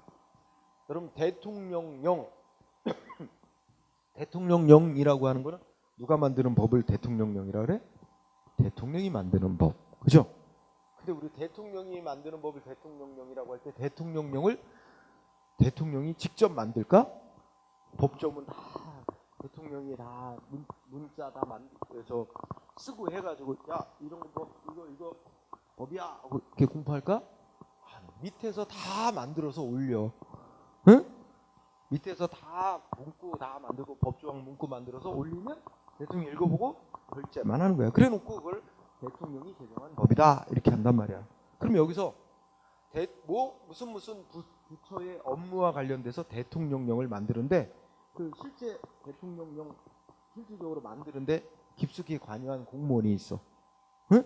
그 공무원이 대통령령 만드는데 관여를 해서 이렇게 문구를 만들고 해서 결국 이제 만들어서 대통령한테 보고했고 대통령이 사인 해가지고 공포해서 시행이 되다가 그 대통령령이 나중에 어떻게 했어? 헌법에 위반되게 만들어졌다고 위헌 선고가 내려진 거야. 응? 그러면 그때 그 법 만드는 과정에 관련했던 공무원에게 과실이 있다고 볼 거냐? 이게 문제란 말이야. 응? 네. 그런 경우에 어떻게 돼요? 거기 밑줄 보면 어떻게 돼 있어? 행정기관이 법 만드는 것에 관여한 공무원이 법 만들 당시의 상황에서 다양한 요소를 고려해 나름대로 합리적 근거를 찾아 어떤 하나의 견해에 따라 새 법을 대통령령을 만들거나 시행하고 새 법을 그대로 시행하거나 적용했다면 결과적으로 그 같은 공무원의 판단이 나중에 대법원이 내린 판단과 달라서 결과적으로 그 대통령령 등이 신뢰보 원칙 등의 법 원칙에 위반되는 결과가 됐다 하더라도, 즉 신뢰보 원칙 등에 위반되는 대통령령을 만들었다라고 됐다 할지라도 그 공무원의 과실까지 있었다고 볼 수는 없다. 응? 그래서 끝에까지 그 밑줄침부터 끝에까지를 읽어두면 될 것 같아요. 응? 근데 거기도 다 힌트 말이 들어있지 않아요? 대통령령 만드는데 실제 관여하는 공무원이 어떻게 됐대? 응? 그 법 만들 당시의 상황에서 다양한 요소를 고려하고 나름대로 합리적인 근거를 찾아 어느 하나의 견해를 따라 해석하고 법 규정 만들었다면 그 행정 공무원에게 과실까지 있다고 볼 수 있는. 결과적으로는 그 법이 나중에 잘못 만드는 법이라고 판단이 내려졌다 하더라도 그 공무원에게 입법에 관여한 공무원에게 과실까지 있다고 볼 수는 없다. 응? 근데 힌트말 그 법 만들 당시에 다양한 요소 고려 합리적인 근거를 이 말을 벌써 이 말 딱 뜨면 그 공무원에게는 과실이 인정 안 하려는 취지가 들어있는 거지, 그죠? 이렇게 보고 그 다음에 자 큰 굵은 글씨로 직무상의 권한을 행사하지 않은 것이 위법으로 평가될 경우 공무원의 과실이 있느냐 이렇게 돼 있는데 말은 길지만 아까 그런 얘기 있었어. 아까도 나왔는데 550편 맨 위에 식약청장 등이 그죠? 그러니까 이게 뭐 공무원이라고 하죠. 공무원이 그 부여되는 권한을 행사하지 아니한 것이 직무상 의무를 위반하여 위법한 것으로 되는 경우에는 특별한 사정이 없는 과실도 있다고 인정된다. 아까 읽었었죠? 그래서 이 문장이 시험에 쓰이는 문장. 응? 다만 시험에 직접 쓰이지는 직접 나오는 거 아니지만 이게 무슨 사건에서 이런 판결이 나냐면 거기 미니컵 젤리 사건이라고 하는 게 있어요. 응? 미니컵 젤리. 아이 젤리인데 요만한 컵에 담긴 거 있잖아. 응? 그게 잘못하면 목구멍에 딱 걸린다고. 혹 들이마시잖아. 응? 그래서 어떤 아빠가 출장 갔다가 집에 들어가면서 딸이 기다리고 있으니까 딸이 젤리를 좋아해. 그래서 미니컵 젤리 한 통 가득 산 거 갖고 사고 갔어. 근데 딸이 혹 하고 들이마시다가 목에 딱 걸린 거야. 그 젤리가. 응? 그 사이즈도 딱 고만한 사이즈에다가 이게 또 약간 말랑말랑한 상태. 그죠? 그래가지고 뭐 질식해서 사망을 했어요. 딸이. 그래가지고 그 아버지가 이 국가를 상대로 손해배상 청구를 한 거야. 그러면서 야 이 미니컵 젤리와 관련해서 뭐 국제 규격 기준 뭐 이런 거 있어요. 그 말랑말랑한 정도라든지 사이즈라든지 이런 거 국제사회의 어떤 규격 기준 이런 거 있는데 왜 그런 규격 기준에 제대로 그 맞추질 않아서 국내 규정 이런 걸 제대로 만들어 놓지 않았느냐. 응? 이걸 문제 삼은 거야. 그걸 문제 삼았는데 결론적으로는 그 식약청장 등 그 국가기관 측에 과실이 있었다고 볼 수는 없다 그랬고 배상은 못 받았던 사건이었어요. 응? 그러니까 이제 그 재판 과정에서 그 공무원에게 부여된 직무상 의무 위반한 게 위법이 될 때는 과실도 있다고 볼 수 있는데 결론적으로 이 미니컵 젤리 사건에서는 식약청 공무원들의 직무상 의무 위반이 있다고 볼 수 없다고 그런 거야. 즉 국제 규격 기준이라는 게 발표되고 했는데 그 기준대로 빨리 국내에 그 기준 마련 이런 걸 제때 안 했다 그래서 직무상 의무 위반이 있다고 보기는 어렵다 뭐 그런 거였어요. 그래서 결국은 배상을 못 받은 사건이다. 이른바 미니컵 젤리 사건이라고 부르는 겁니다. 자, 그 다음에 입증 책임 두 가지 공부합니다. 동그라미 1번. 자, 우리 공무원에게 직무 집행함에 있어서 고의나 과실이 있었다 하는 거는 누가 입증해야 배상을 받을 수 있어? 1번 끝에 원칙 누가 입증해야 돼요? 피해자. 피해자가 이제 손해배상 청구 소송을 제기하겠죠? 그러니까 원고가 되는 거예요. 소송 제기하는 원고. 피해자인 원고가 입증을 해야 된다. 일단 이게 제일 중요한 겁니다. 이게 원칙인 거예요. 다만 두 번째 줄에 최근에는 피해자 구제를 확대하는 취지에서 셋째 줄에 일응 추정 법리의 도입이 주장된다. 이런 말 나오죠? 일응 추정 법리. 일응이라는 건 일단 그런 의미죠. 그죠? 그러니까 이거는 아직 정식으로 도입된 건 아니고 피해자 구제를 위해서 이런 걸 도입하자 이런 주장이 있다는 거죠. 그러면 일응 추정 법리는 일단 뭐야? 피해자 측에서 이 공무원의 고의 또는 과실로 인해서 위법하게 직무 수행돼서 손해가 난 거 아니냐. 그래서 공무원에게 과실이 있었다 이런 걸 어느 정도 주장을 한단 말이야. 그러면 피해자가 주장하는 게 영 터무니없는 주장이 아닌 한은 일단 피해자의 공무원 측에 잘못이 있었다는 걸 잘못이 있었다는 피해자의 주장은 어떻게 주자? 일단은 추정이라는 걸 일단 인정해주고 반대로 이제 어떻게 해야 돼? 가해 공무원 측에서 국가 측에서 공무원에게 과실이 같은 게 없었다라는 걸 반대로 증명을 하도록 하자는 거죠. 응? 그럼 원칙은 원래 첫째 줄에 원칙이 누가 증명을 해내야 돼? 피해자 측에서 공무원에게 잘못이 있었다는 걸 증명을 해내야만 배상을 받을 수 있는 건데 그게 증명하기가 어려운 경우가 많아. 그래서 어떻게 하자는 거야? 피해자 측에서 공무원에게 잘못이 있었다 이런저런 이렇게 근거를 대면서 주장하면 일단 피해자 주장을 맞는 것으로 일단은 인정을 하고, 반대로 가해자 측에서 어떻게 돼? 아니다, 그 반대다, 저 공무원 측에게 잘못이 없었다, 이거를 증명을 못하면 피해자 주장이 맞는 것으로 가자, 이런 쪽의 논리가 나오는 거예요. 그죠? 그렇게 함으로써 배상을 좀 더 쉽게 받을 수 있도록 하자. 그러나 이건 아직 법으로다가 명시적으로 정식 도입한 건 아닙니다. 응? 이거 도입한 건 아니야. 그래서 이런 주장이 생기는 거야. 근데 이런 주장은 뭘 배경으로 하냐면 피해자와 가해자 간의 힘의 차이가 있을 때. 응? 여러분들 우리 사회에서 문제된 것 중에 예를 들어 보자. 무슨 뭐 있었지? 저 가습기 살균제 피해. 또 뭐 여성들 뭐 생리대 뭐 유해 성분 이게 피해. 그러면 예를 들어 피해자들이 손해배상 청구를 해야 돼. 그 기업을 상대로. 그런데 피해자들이 원래 뭘 증명해내야 돼? 그 가습기 살균제 뭐 그다음에 그 생리대 제품에 유해성이 있다는 거를 증명을 해야 돼요. 그 쉬운 일이야? 그거 무슨 국제적으로 공신력 있는 우리 국가기관이든 국제사회 공신력 있는 연구기관 이런 데다 돈 엄청 주고 의뢰를 해서 이게 유해 성분이 있고 그 유해 성분이 포함되어 있어서 이게 이렇게 신체에 이런 피해를 미쳤다, 이런 거를 연구 결과 보고서 같은 걸 제출을 해야 된단 말이야. 그죠? 이것 때문에 이런 피해가 생겼다는 걸 증명해야 돼. 근데 그게 쉽나? 어려운 일 아니야. 힘이 없는 개인인 피해자들이. 그러면 돈이 많은 기업들은 어떻게 돼요? 이런 피해는 꼭 이 제품 때문에 생겨났다고 볼 수도 없고, 이 성분에 의해서 손해가 났다고 볼 수도 없고, 뭐 이러면서 돈 주고 의뢰를 해서 연구기관부터 조금 유리한 연구 결과 이런 거 받아낼 수 있잖아. 그러고 그 법원에 제출해. 그럼 법원은 이 피해가 꼭 이것 때문에 생겼다고 볼 수도 없겠다. 뭐 이러면 기업 측에 유리한 판결이 나올 수밖에. 바로 이런 힘의 역학관계가 있을 때, 이 차이가 클 때 법원이 도입을 할 수 있어.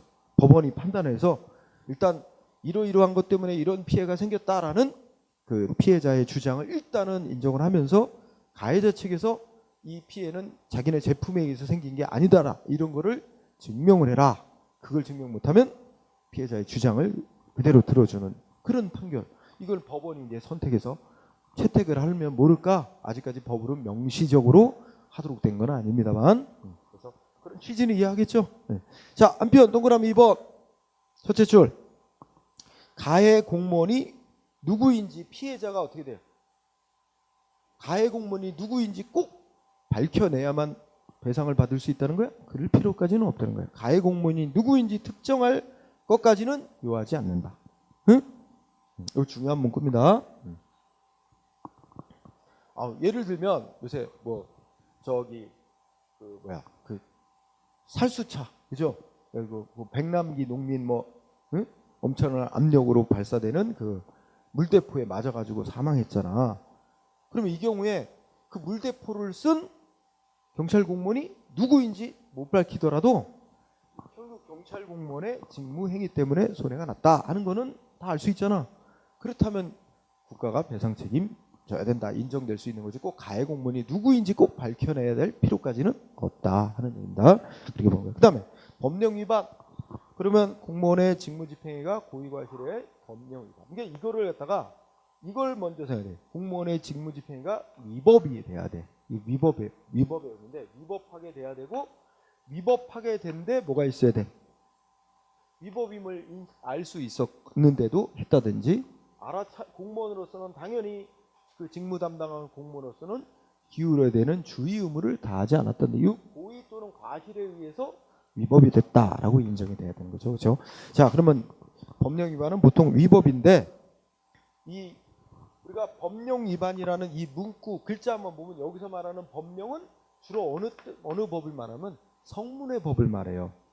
국회가 만들어낸 법률, 또 대통령령, 장관이 만든 부령 등 주로 조문 형식의 문장으로 만들어진 법을 우리가 법령이라고 많이 칭해요.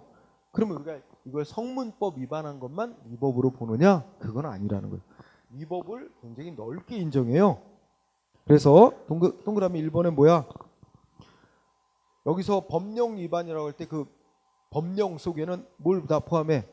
성문법 위반, 불문법 위반 다 포함해서 모든 법규 위반 및 더 나아가 인권 존중 원칙 또 공서 양석 공공의 질서와 성일량한 풍속에 위반하는 행위로서 공무원의 직무 수행 행위가 객관적으로 정당성을 상실한 정도에 이르렀다. 그러면 어떻게 돼요?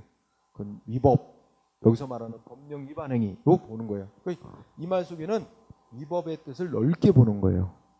응? 이 위법이라는 거는 법마다 조금 범위가 다를 수는 있어요. 근데 국가배상법에서 공무원의 직무행위 위법할 때는 굉장히 폭넓게 위법이라는 걸 인정한다는 말입니다. 응?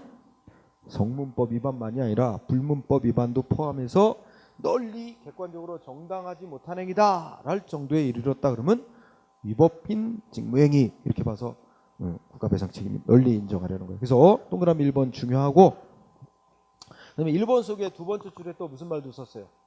여기서 공무원의 직무행위가 법령 위반이란 결과적으로 법 위반했다라는 것보다는 직무 수행할 때부터 원인이 위법하게 행해졌다는 걸 의미합니다. 응? 그래서 두 번째 줄에 괄호 속에 내가 결과의 위법을 말하는 게 아니라 직무 수행에 있어서 가해 행위, 응? 행위 자체가 원인이 행위가 위법이라는 걸 말하는 거지 행위한 결과가 위법 상태로 나온 걸 말하는 건 아닙니다. 응? 행위 자체가 위법이라는 걸 말하는 거지 행위로 인해 발생한 결과가 위법이라는 걸 말하는 건 아니다. 응? 그런 의미를 포함했어요. 동그라미 1번. 자, 동그라미 2번. 여기서 키워드는 행정규칙입니다. 응? 일단 우리 안 배운 사람도 있을 수 있으니까 우리 강의 듣는 동영상 듣는 사람들은 자, 이 행정규칙은 행정조직 내부법. 따라서 국민하고 사이 효력 있는 법은 아니고 어떻게 돼? 행정조직 내부에서 상급 기관이 하위 기관에 대해서 이 지침대로 해라 이렇게 업무 처리 지침 정해놓은 거 이런 걸 행정규칙이라 그래. 그러면 공무원들이 행정규칙에 안 따르고 위반한 행위를 했다. 그러면 이게 여기서 말하는 위법 행위로 보느냐 하는 문제가 인정될 수 있느냐가 문제가 있는데 견해 대립은 있는데 우리 일반적인 학자들의 다수 견해와 판례에 따르면 행정규칙이란 건 조직 내부법일 뿐 국민하고 효력 있는 법은 아니니까 어떻게 된다고? 응? 공무원들이 행정규칙을 위반했다 해서 국민하고 사이에 여기서 말하는 위법 행위를 했다라고까지는 인정이 안 된다라고 보는 쪽이 통설이고 판례의 태도다. 응? 이게 정리합니다. 자, 그러면 그 행위 위법설에 입각하고 있는 판례의 태도, 그러니까 결과 상태의 위법을 말하는 게 아니라 공무원의 직무상 행위가 원인이 위법일 거를 요건으로 하는 거다 하면서 1번 판례 4줄인데 일단 첫째 줄은 그냥 읽어볼까요? 국가의 손해배상 책임은 공무원의 직무집행위가 뭐일 걸 요건으로 해? 위법일 걸 요건으로 하는 거야. 응? 법에 위반한 행위일 것을 요건으로 한다. 따라서 자 시험에 쓰이는 말 공무원의 직무집행행위가 법이 정한 요건과 절차에 따라 이루어진 것이라면 그 직무행위는 적법한 행위인 것이고 응? 그러한 적법한 행위를 수행하는 과정에서 결과적으로 개인의 권리가 침해되는 결과가 생겼다고 하여 그 공무원의 법 집행행위에 법 적합성 즉 적법하게 법 집행했다는 점이 곧바로 부정되는 것은 아니다. 응? 여기까지가 시험에 쓰이는 문장. 이 문장 속에 포함되어 있는 뜻이 뭐야? 국가의 손해배상 책임 인정에서 말하는 공무원의 직무행위가 법령 위반이라는 말은 공무원의 직무행위가 법에 위반되게 행위가 행해지는 것을 요건으로 하는 것이므로 공무원이 행위를 할 때 법이 정한 요건 절차 따라서 행위했다면 그 행위는 적법한 행위이지 위법한 행위라고 말할 수는 없는 거고 결과적으로 적법하게 법 집행행위하는 과정에서 결과적으로 개인의 권리가 침해되는 일이 생겼다 하더라도 그 직무상 행위를 위법한 행위라고 말할 수는 없다. 이런 말이 되는 거죠. 법 적합성이 곧바로 부정되는 건 아니다. 이게 시험에 쓰이는 거고 그 다음 문장은 여러분들 한번 읽어보면 저기 옛날에 이제 우리 80년대 군사정권 이거 반대해서 대학가 데모가 많았단 말이야, 그죠? 그리고 저 경북대학교 앞에서 학생들이 이제 데모를 해, 시위를 하는데 막 화염병 던지고 시위를 해. 시위를 막는 그 경찰들이 있고, 그죠? 그런데 시위대가 던진 화염병이 때문에 뭐였어? 그 대학 경북대 정문 앞에 있는 약국에 불이 났어요. 불이 나서 약국이 다 탔어. 그래가지고 그 약국 주인이 국가를 상대로 손해배상 청구를 한 거예요. 그러니까 시위 진압하면서 이게 주의 의무를 다하지 않았다. 응? 그래가지고 자기네 약국에 화재가 나서 손해를 입었으니 경찰들의 그 직무집행상의 과실에 의한 위법행위 이래가지고 이런 화재 발생 방지 같은 거 해야 되는 그 의무를 위반해서 손해가 났다 해가지고 손해배상 청구를 했는데 배상 못 받은 사건이야. 응? 경찰들이 시위 집회 진압하는 과정에서 뭐 할 일을 제대로 하면 법에 따라 적법한 행위를 한 것이고 뭐 이런 것까지 다 챙겨야 될 그런 의무까지는 없다. 뭐 그런 이치가 깔려 있어요. 자, 앞에 문장으로 공부하고 그다음에 자, 뭐 7번하고 8번하고는 아직 시험에는 쓰이지 않은 판례. 응? 7번하고 8번. 근데 여러분들이 좀 참고로 읽어 보세요. 응? 그거 어느 때는 거야? 수사과정 7번은 수사과정에서 신체 검사하는데 예를 경찰서마다 유치장이 있어. 유치장에다 7번 없어요? 아, 그랬어요? 그렇구나. 미안합니다. 552쪽에 판례 좀 볼게. 2번은 여러분들 읽어도 됩니다. 네? 그냥 읽고 지나가세요. 경찰관이 교통법규 위반하고 도주하는 차량 순찰차로 추적. 근데 이것도 어떻게 될까? 야, 우리 영화에서 보면 미국 영화 특히 많이 나오지. 범인 막 어마어마하게 추격해. 막 상점 부수고 들어가고 막 사람 치고 범인도 막 그렇게 도망가고 경찰차도 그렇게 추적하지. 그건 영화니까. 그렇게 하면 여러분 아무리 범인을 잡는 것도 중요하지만 다른 선량한 국민들 막 그 상점 막 부수면서까지 이렇게 추격하면 과도한 직무수행. 그래서 그 손해배상 문제가 생길 수 있습니다. 그래서 이게 문제가 그거지. 교통법규 위반한 차량 도주하는데 순찰자로 추적하는데 이게 이제 막 순찰자가 추적을 하니까 이 도망가는 차가 어떻게 했어? 도망가는 욕심에 막 다른 차 들이받고 막 가게도 부수고 이러면서 막 도망갔어. 그래가지고 결국 이제 그 피해자가 경찰이 이렇게 과도한 추적을 해서 자기들 피해 입었다고 손해배상 청구를 한 거야. 국가를 상대로. 근데 결국 이거는 이거 보면 어떻게 돼요? 그 경찰이 그 범인 차량 추적하는 그 여러 가지 상황을 다 고려해서 결정할 수밖에 없다는 거예요. 응? 그죠?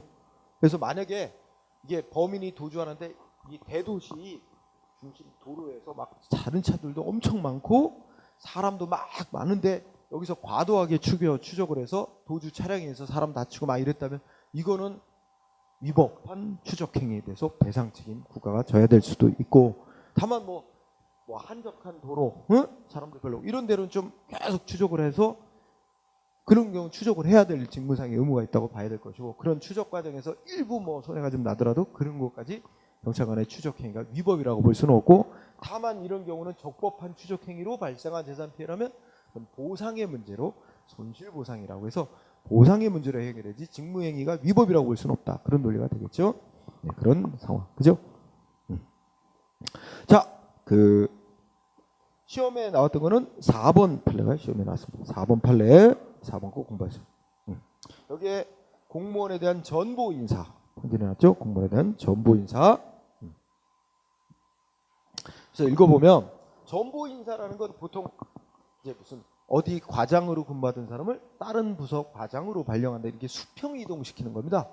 계급 변동 없고 공무원 보직을 바꿔주는 조치가 전보 인사라고 하는 거예요, 보통. 근데 일단은 전제 조건이 뭐야? 공무원에 대해서 전보 인사한 조치가 법이 정한 기준 원칙에 위반됐다든지 인사권을 다소 부적절하게 행사한 것으로 볼 여지가 있더라도 그러한 사유만 갖고는 그 전보 인사 조치가 당연히 불법 행위를 구성한다고 볼 수는 없으며 어떤 때 한해서만 인정될 수 있느냐?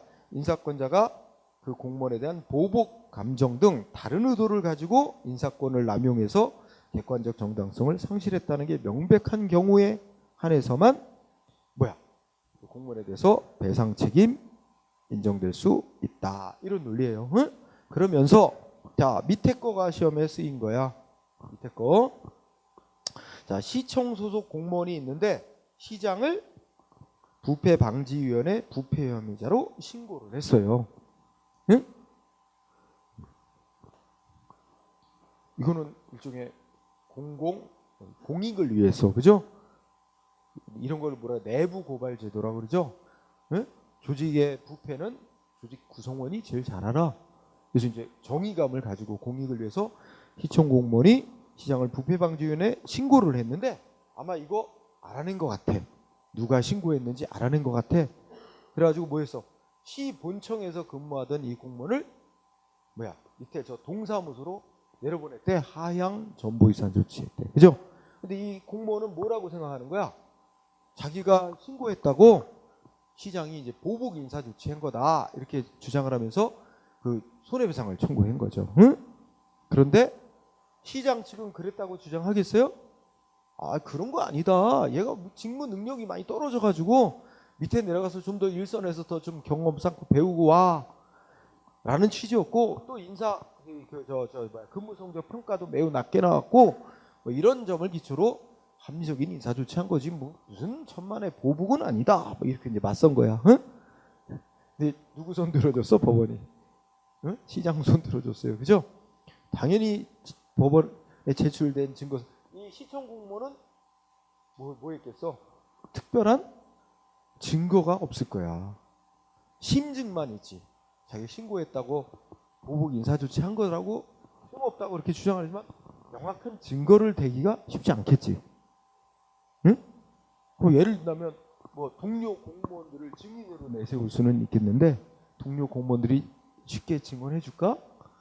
그것도 쉽지 않겠지. 아, 야, 곤란해. 증인도 내세우기 힘들고. 근데 시장 측은 어떻게 했어? 근무 성적 평가. 왜냐면 근무 성적 평가도 어떻게 해줬을 수 있겠어요? 굉장히 신고한 이후에 되게 낮게 매겼을 수가 있어. 그 다 알아서 낮게 매겼을 거야. 밑에서 시장 심기 살펴서. 그죠? 뭐 그런 증거 자료 제출한단 말이야. 그죠? 그러니 판사도 어떻게 돼? 심증적으로는 이 공무원의 입장에 동조가 되더라도 증거가 없으면 근데 시장 측은 여러 가지 증거를 대. 그리고 전혀 보복 인사는 아니다 하고 막 이러고 있잖아. 그럼 어떻게 판사도 그리고 시장 주장대로 판단을 해야지. 그죠? 뭐 그런 거와 연관이 있다고 생각하면 됩니다. 그래서 결국은 위법 행위로 안 봤어요. 응? 그래서 밑에 5줄 공부하고요. 그 다음에 좀 넘어가야 돼. 그 다음에 553페이지 법령 위반의 양태. 여기 판례들이 많아. 법령 위반의 양태. 중요한 단어는 뭐야? 부작위도 포함된다. 부작위 무슨 뜻이죠? 해야 될 의무가 있는데도 아무것도 안 하고 있는 상태를 부작위라 그래. 이것도 직무행위에 포함되는 거야. 그런데 또 하나 중요한 거. 이 아무것도 안 하고 있는 부작위가 위법이다 인정이 되려면 첫째 줄 끝에 공무원이 뭔 조치를 해야 될 의무, 공무원이 적극적으로 뭔 조치를 해야 될 자기 의무가 법령에 명시적으로 규정돼 있는데 안 하면 위법한 부작위 되는 건 당연하지만 성문의 법령에 공무원들이 무슨 조치를 해야 된다라고 조치를 해야 될 의무가 법에 명시적으로 규정이 안 돼 있더라도 일정한 경우에는 위험 방지 의무가 인정돼서 안 하면 위법한 부작위, 국가배상 책임 인정될 수 있다. 응? 국가와 공무원이 존재하는 이유는 국민의 생명신체 재산을 보호하기 위한 건데 국민의 생명신체 재산이 아주 급박한 위험에 빠져 있는데도 성문의 법에 그 구조 조치해야 된다 규정이 없다는 이유만으로 아무 조치 안 하고 있으면 그것도 위법이 된다는 얘기입니다. 성문의 법에 규정이 없을지라도 국민이 위험에 빠져 있으면 구조 조치를 해야 될 의무가 있고 그거 안 하면 위법한 부작위, 국가배상 책임 인정될 수 있다는 거야. 그래서 핵심 포인트는 뭐야? 성문의 법에 규정이 돼 있는 의무를 안 할 때만 위법한 부작위가 되는 거 아니라는 거야. 규정이 없더라도 자, 그래서 여기는 뭐 자기로 인한 국가배상 책임 판례가 몇 개 있는데, 예, 판례 중에 3번 체크. 이거 뭐 별도로 설명할 필요도 없습니다. 4번은 저 앞에서도 한 거야. 가스총 얼굴 향해 쏴가지고 비례원칙 위반으로 국가배상 책임 인정된 거. 3번, 4번 공부하고, 그죠? 그다음에 6번 공부합니다. 6번. 수사 과정에서 담당 경찰관이 범인 식별시를 사용하지 않은 채 어떻게 되게 있지? 이른바 이렇게 사건 이름 밀양 여중생 성폭행 사건이라고 하는 것으로서, 응? 성폭행 가해자를 피해자하고 바로 대면시키는 거, 이거 2차 또 피해를 주는 거예요. 그러면 우리 영화에서 보듯이 어떻게 돼?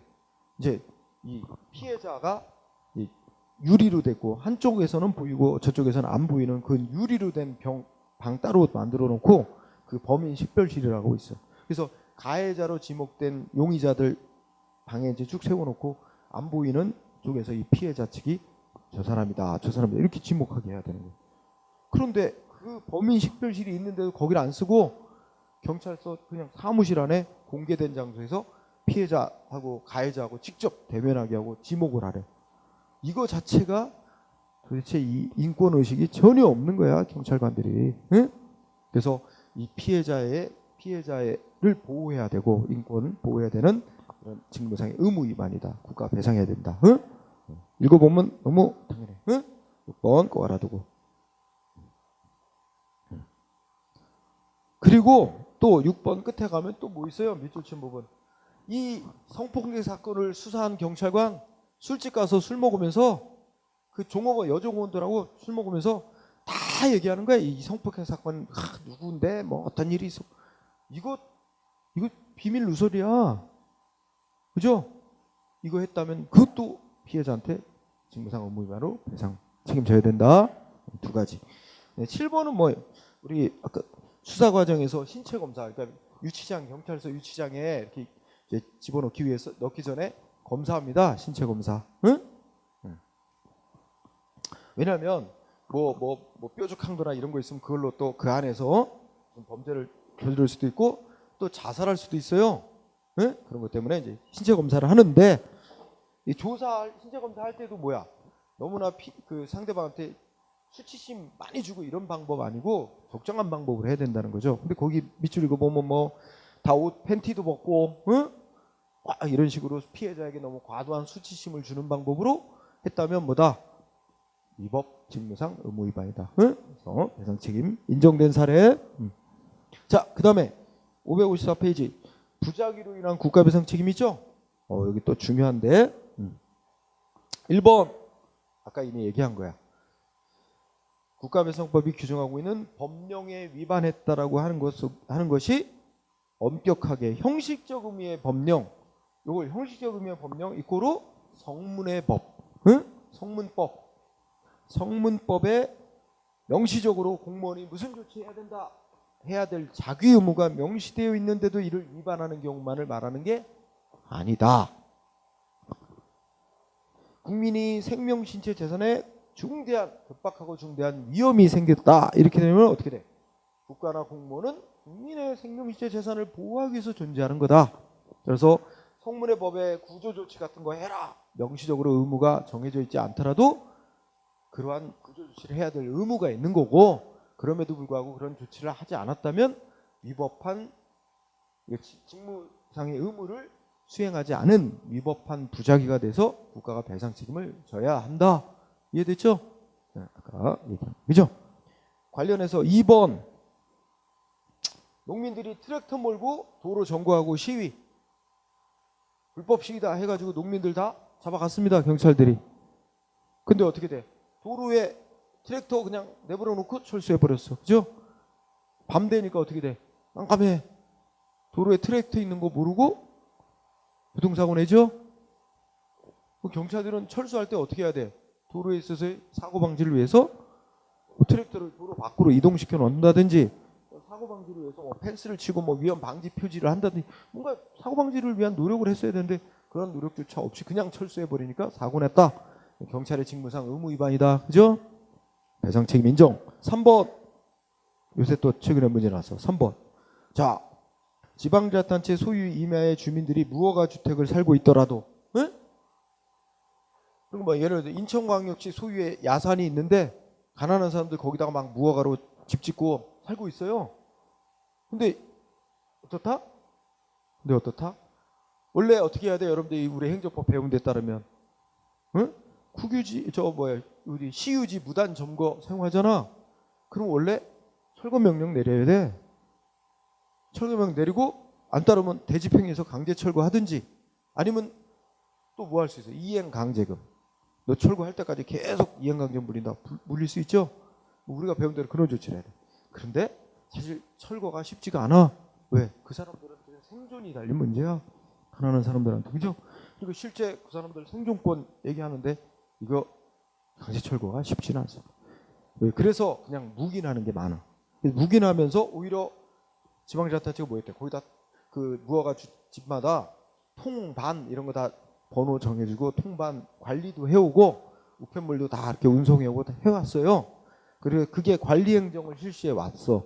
그런데 어떤 사고 있었어? 시유지 임야에 그 산 야산의 꼭대기에 큰 바위가 있어. 이 바위가 언제 떨어질지 모르는 위험한 상태로 돼 있는 거야. 주민들이 맨날 시에다가 요청을 했어요. 불안하다. 언제 떨어질지 모른다. 요청을 했는데도 내버려뒀어 그냥. 그러다가 어느 해 봄에 해빙기에 바위가 굴러 떨어져가지고 그 애들 마을 놀이터에 덮쳐가지고 애들이 몇 명 죽었어요. 그래서 그에 대해서 손해배상 청구 소송이 들어간 거예요. 그럼 여기서 법에 명시적으로 뭐 제거해야 되고 뭐 이런 의무가 명시이 안 돼 있더라도 이렇게 지방자치단체 이렇게 관리해 온 이상은 지방자치단체는 주민들의 이 보호를 위해서 그 암벽 같은 걸 제거해야 될 법적인 의무가 있다고 봐야 되고, 그런 의무를 이행하지 않아서 발생한 사고에 대해서는 위법한 부작이다. 그래가지고 배상 책임을 져야 된다. 이런 판례에 중시되는 겁니다. 꼭 알아두고요. 자, 그다음에 뭐 4번 넘어가 되고 5번은 꼭 공부하세요. 응? 5번 공부하되 특히 맨 끝에, 응? 맨 밑에 줄 토속 채취 공사 도중 경사질 굴러다니는 암석이 가스 저장 시설 충격 화재 발생한 사건이래. 그럼 어떻게 해야 돼? 이게 산이 있고 여기서 돌 캐는 거 허가해줘. 시장이 돌 캐는 거 허가해주는데 이 산 밑에 가스 저장 시설이 있어. 그러면 이거 혹시 사고 방지를 위해서 토속 돌 캐고 허가해주면 이 사고 방지를 위한 조치를 취하도록 같이 이 허가를 내주면서 뭔가 의무를 업자에게 부여하는 등 조치를 했어야 되는데 그냥 아무런 조치를 취하지 않고 토속 채취 허가만 내줘갖고 돌 캐다가 암석이 굴러내려서 가스 저장 시설 파괴, 그래서 사고가 났다면 시장이 취해야 될 제대로 조치를 취하지 않고 허가 내줬다. 직무상 의무 위반 배상 책임져야 된다. 응? 사고에 대해서. 그 다음에 뭐 6번도 비슷한 이치. 예. 자, 다만 6번 끝에 다음 페이지 556페이지 판례 봅니다. 자, 밑줄 7번 바로 위에 밑줄 쳐놨죠? 자, 뭐라고 돼 있어? 경찰관이 음주운전 단속을 할 때 운전자 요구에 따라 곧바로 피 뽑아서 검사를 안 했다고. 체열 검사를 실시하지 않은 채 호흡 측정기에 의한 음주 측정을 하고 1시간 12분이 지나서야 피를 뽑았대. 응? 체열. 원래 음주운전 단속은 원칙으로 뭘 하냐면 호흡 측정기로 측정을 합니다. 호흡 측정 결과 수치가 단속 수치가 나왔다. 운전자는 이상하다. 그렇게 나올 리가 없다. 이의를 제기하면 경찰관은 이제 그러면 피 뽑아서 검사해서 측정할 수 있습니다를 알려주게 돼 있고, 운전자가 동의하면 피를 뽑아서 이제 검사를 하게 돼 있습니다. 근데 법 규정은 뭐라고 돼 있냐면, 관련 법 규정은 운전자가 이제 피 뽑아서 검사하는 걸 요구하면 지체 없이 피를 뽑아라. 피를 뽑아서 검사해야 돼. 지체 없이라고 돼 있어요. 근데 여기는 보면은 운전자가 이제 피 뽑아서 검사하겠다고 요구를 했는데 경찰이 1시간 12분 지나서 피 뽑았단 말이야. 응? 그거 갖고 문제 삼은 거야. 법은 지체 없이 피 뽑아서 검사하라고 돼 있는데 요구하면 왜 1시간 12분이나 지난 뒤에 피 뽑아서 검사했느냐. 직무상 의무 위반을 주장했지만 그 지체 없이라는 게 뭐 요구하면 바로 하는 게 아니라 뭐 지연시킬 정당한 이유가 없는 한은 사회적으로 상당한 기간 내 시간 내에 측정하면 되는 거다 이렇게 본 거예요. 그래서 1시간 12분이 지난 뒤에야 피를 뽑았다는 사정만 갖고는 이게 법 위반한 행위라고 보기는 어렵다. 그래서 배상책임 부정한 사건입니다. 응? 규정은 지체 없이 검사라고 돼 있는데 그거 1시간 12분 정도 지나서 뽑은 건 그거에 위반됐다고 보기는 어렵다. 그런 이치로 보고요. 자, 그 다음에 7번 판례는 뭐 그렇게 문제 심각할 거는 아닌데 끝에 판례를 보세요. 맨 밑에 7번 맨 밑에 봐봐. 자, 형사재판의 검사가 증인으로 소환된 자로부터 신변보호 요청을 받고도 아무 조치를 취하지 않았어. 야, 어떤 재판에 증인으로 나와서 지금 어떤 사람이 이게 범죄에 유력한 증언을 하는 거야. 근데 이 증인을 영화에서 많이 보듯이 증인을 없애버리면 어떻게 돼? 자기한테 불리한 증언 할 사람이 없어지니까 이래야 될 거 아니에요. 그죠? 영화 같은 장면이네. 그죠? 그래서 증인으로 이제 나와서 어떤 범인에게 불리한 증언을 할 위치에 있는 사람인데 이 증인으로 나온 사람이 불안해하는 거야. 검사한테 자기 보호해달라고 요청을 했는데도 내버려뒀어. 그래갖고 얘가 뭐야? 증언하기 전에 화장실 갔다가 칼 맞아 죽었어요. 그죠? 그럼 여기서 검사가 뭐야? 보호 요청을 받고 보호 조치 했어야 될 의무를 위반했다. 그 사망한 유족에게 배상 책임 국가가 져야 된다 이겁니다. 응? 그런 이치. 자, 한편 8번 공부해둬야 돼. 이것도 한번 시험에 나온 적이 있는데 우선 거기 무슨 나오냐면 국가유공자가 나와요. 응? 국가유공자는 만약에 집을 사기 위해서 대출을 받는다. 그러면 뭐 할 수 있어요? 좀 싸게 대출 받을 수 있어 은행에. 그러면 누가 보장해 준대? 그 국가기관인 보훈청, 보훈지청 이런 데다가 신청을 하면 거기서 이 사람 국가유공자다 증명서하고 그다음 뭐야? 국가유공자에게 대출해 주는 거는 만약에 대출금 못 받으면 국가가 이제 갚아준다 뭐 이런 증명서를 내줘 갖고 아주 싼 이자로 대출을 받을 수 있게 돼 있나 봐. 응? 근데 그런 걸 잘 모르는 국가유공자가 거기 국가보훈지청에 뭐야? 주택 구입 대부제도에서 전화로 물어봤대요. 문의하고 그 대부 신청서까지 제출했으나 담당 공무원한테 뭘 안내를 못 받았어?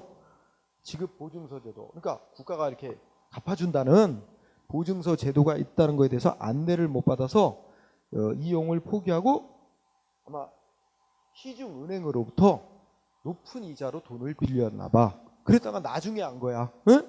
아, 이게 이 국가가 지급 보증하는 보증서 제도가 있으면 훨씬 싼 값에 대출을 받을 수 있는데 그런 걸 안내를 제대로 안 해줘서 비싼 이자를 물고 대출을 받게 만들어서 손해를 입혔다 하면서 손해배상을 청구했지. 근데 결론은 어떻게 됐어요? 응? 근데 저 밑에 보면 이 담당 보훈지청의 담당 공무원이 이 지급보증서 제도 뭐 이런 거 있다를 반드시 알려야 될 의무가 있다고 보지 않았어요. 이 사건에서. 담당 공무원에게 이 신청받고 뭐 안내해 주면서 지급보증서 제도에 대해서 알려줘야 될 의무가 있었다고 볼 수는 없기 때문에 안 알려줬다 해도 뭐야? 직무상 의무 위반이라고 보기 어렵다. 이래가지고 배상 책임은 부정된 겁니다. 그렇게 기억을 해둘 필요가 있고 그 다음에 9번 판례는 제일 중요한 단어가 557페이지 맨 위에 뭐야? 과소보호 금지 원칙 위반 여부 기준을 기준으로 삼는다. 이게 중요한 거예요. 그럼 그 앞에 거 읽어봐. 자, 국가가 국민의 생명, 신체 보호 의무를 다했느냐, 다하지 않았느냐 여부를 심사할 때는 국가가 국민의 생명, 신체, 재산을 안전을 보호하기 위해 적어도 적절하고 효율적인 최소한의 보호 조치를 취했는가 하는 과소보호 금지 원칙 위반 여부를 기준으로 삼아야 한다. 여기까지 자르는 거야. 요게 시험에 한번 나왔었습니다. 응? 여기서 그러니까 과소보호 금지 원칙이란 앞부분을 읽어보면 국민의 생명체 재산 안전을 보호하는 데 요구되는 적절한 가장 최소한의 보호 조치 이상을 했어야 된다는 거야. 근데 그 최소한의 보호 조치 그것조차도 미달하는 과소한 보호 조치를 하면 그건 금지되는 거다. 그거 위반했냐 아니야. 그러니까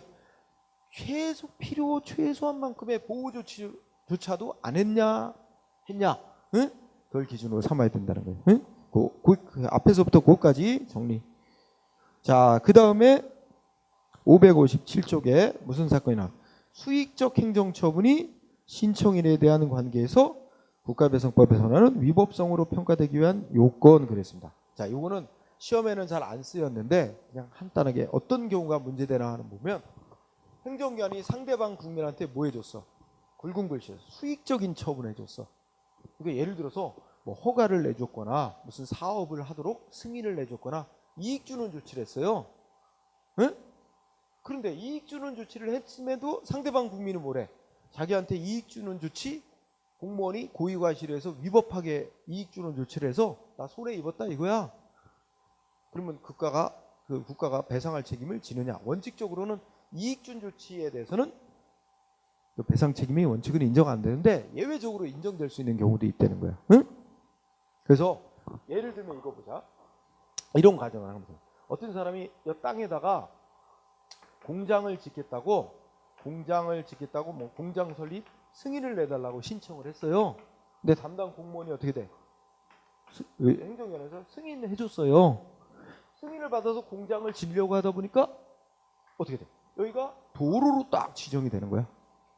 여기 도로 날 곳으로 지정이 돼서 이제 승인은 나왔는데 실제로 공장은 못 짓게 되는 거야. 도로 만들어질 것으로 이제 지정이 돼서. 그러면 예를 들어 아니 이 행정기관 담당 공무원 행정위원회에서 이미 뭐 알고 있냐? 앞으로 뭐야? 이 땅 위에 도로가 날 것으로 지정이 될 거다. 이미 다 예정이 돼 있어. 예정이 돼 있는 상태인데도 이 땅에 공장 줘도 된다고 승인을 내줘 버렸어. 그럼 어떻게 될까?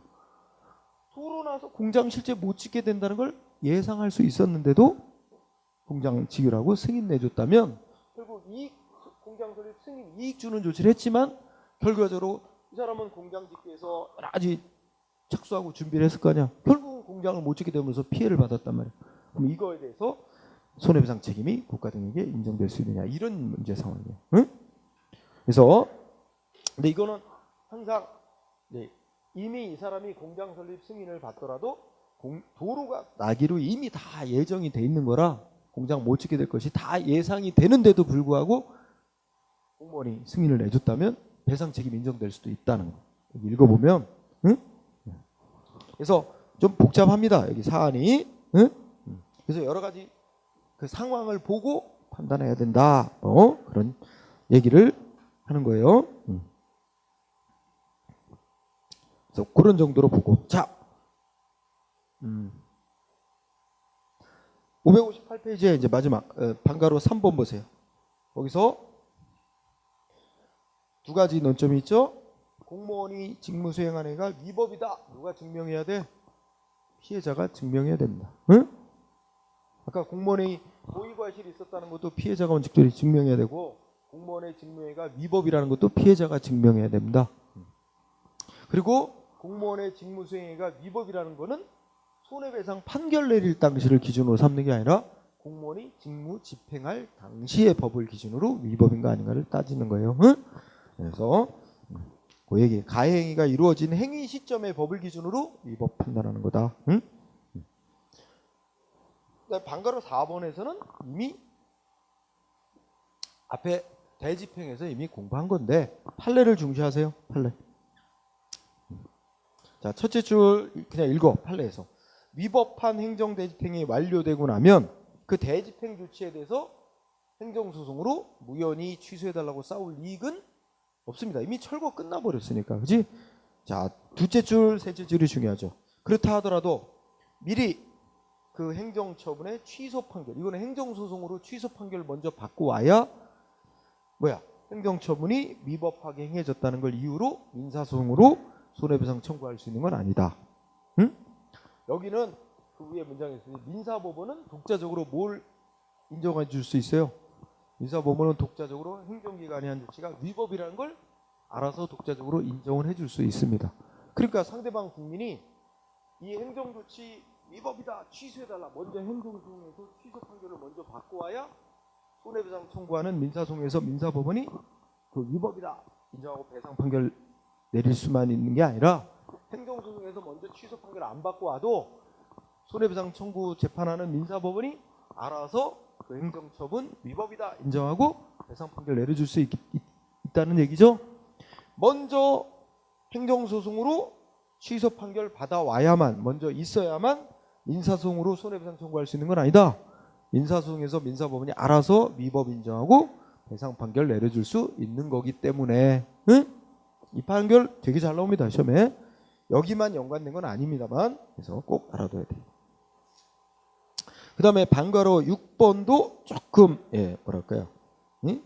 그 공부를 해둬야 돼요. 방과로 6번 국가배상법에서 말하는 위법과 행정소송법에서 말하는 행정처분이 위법할 때 위법은 같다고 보는 견해도 있고 좀 다르다고 보는 견해도 있고 견해들이 있는데 시험 문제는 이제 다르다고 보는 견해 요거 공부해야 돼.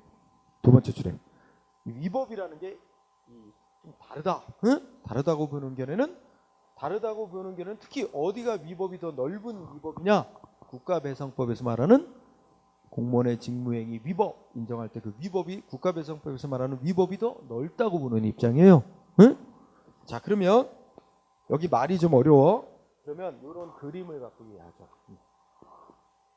자 그러면 국가배상법에서 말하는 공무원의 위법, 공무원의 직무행위의 위법이 이만큼이 국가배상법에서 말하는 공무원의 직무행위가 위법이다 인정되는 범위라고 하자. 그런데 우리 행정소송법에서 행정소송법상 이 행정처분이 위법이므로 뭐 취소한다 할 때 이 위법 요 범위는 똑같다고 보는 견해도 있지만 다르다고 보는 견해 우리 중요해요. 다르다고 보는 견해는 어느 게 더 넓다 그랬어요? 국가배상법에서 말하는 위법의 범위가 더 넓다. 그러니까 행정소송에서 말하는 위법의 범위는 그 안에 포함되어 있는 거예요. 더 좁다. 자 그러면 이런 관계를 이해하면 만약에 행정소송에서 공무원의 이 법집행위인 처분이 위법 인정. 행정소송에서 공무원의 직무행위가 위법이라고 인정되면 그러면 어떻게 될까요? 국가배상 청구소송, 응? 민사소송을 하는 거죠. 국가배상 청구소송에서도 어떻게 될까? 여기가 이제 민사소송을 하는데 민사소송. 국가배상 청구소송에서 말하는 위법에 포함되는 거야, 안 되는 거야? 여기서 위법이라고 인정됐다면 요 안에 들어있는 행위라는 건데 요 안에 들어있으면 당연히 국가배상법에서 말하는 위법에 포함된 거죠. 국가배상 청구소송에서도 어떻게 돼? 위법 인정된다는 거죠. 응? 응? 그런데 만약에 행정소송에서는 위법이 아니라 그랬으면 행정소송에서 위법 인정 안 했어. 행정소송에서는 그건 위법한 행위가 아니다. 그러면 국가배상소송에서 위법이 한 행위라고 인정할 수 있을까 없을까? 응? 국가배상 청구소송에서는 이거 그 행위가 위법이다라고 인정할 수 있을까요 없을까요? 응? 가능하다 아니다? 위법이라고 가능하죠. 왜냐면 만약에 여기에 속하는 행위야. 공무원의 직무행위가 여기에 속하는 행위라면 어떻게 돼요? 그러면 행정소송에서 말하는 위법의 범위에는 안 들어온 거야. 행정소송에서는 위법한 행위라고 안 그러겠죠? 그러나 국가배상에서 말하는 위법의 범위에는 들어있는 행위야. 그러니까 행정소송에는 위법이라고 인정을 안 해더라도 손해배상 청구소송에서 민사법원은 위법한 행위라 인정하고 배상 판결 내려줄 수 있습니다. 가능한 거야. 그죠? 다만 여기 밖에 있는 행위라면 어떻게 될까요? 여기에 속하는 행위면 행정소송에서도 위법이라고 안 그럴 거고 손해배상 청구소송에도 위법이라고 안 그럴 테지만 여기에 속하는 행위는 뭐야? 요거야. 여기에 속하는 행위는 행정소송에서도 위법이라고 인정했다면 국가배상 청구소송은 당연히 위법의 범위에 포함되는 거니까 당연히 위법이라고 인정합니다. 응? 여기에 속하는 행위는 행정소송에서는 위법에 속하는 행위가 아니라 할지라도 국가배상 청구 소송에서 말하는 국가배상에서 위법에는 해당이 되니까 인정될 수 있다. 이해될 수 있어요? 그 말이 여러분들 그 558페이지 아래쪽에 세 줄이에요. 밑에 세 줄. 근데 말이 어렵게 쓰였어. 뭐라고 돼 있어? 이에 따르면 취소 소송에서 인용 판결 나왔다 그래요. 취소 소송에서 인용 판결 위법이라고 인정해 준 거야. 행정 소송에서 위법이라고 인정하면 국가배상 청구 소송에 영향을 미친다. 국가배상 청구 소송에서 위법이라고 인정한다는 거예요. 응? 네, 콤마 뒤에 취소 소송에서 기각 판결 이거는 뭐야? 위법이라고 인정 안 한 거야. 기각이라는 건 취소 소송에서 기각 판결 위법이라고 인정 안 해줬다. 그래도 거기에 구애받지 않고 그 행위가 여기에 속하는 행위라면 국가배상 청구 소송에서는 위법이라고 인정해 줄 수 있어요. 응? 그러니까 국가배상 청구 소송에 영향 안 미치고 국가배상 청구 소송에는 위법이라고 인정해 줄 수 있다. 그런 뜻입니다. 응? 이해됐어요?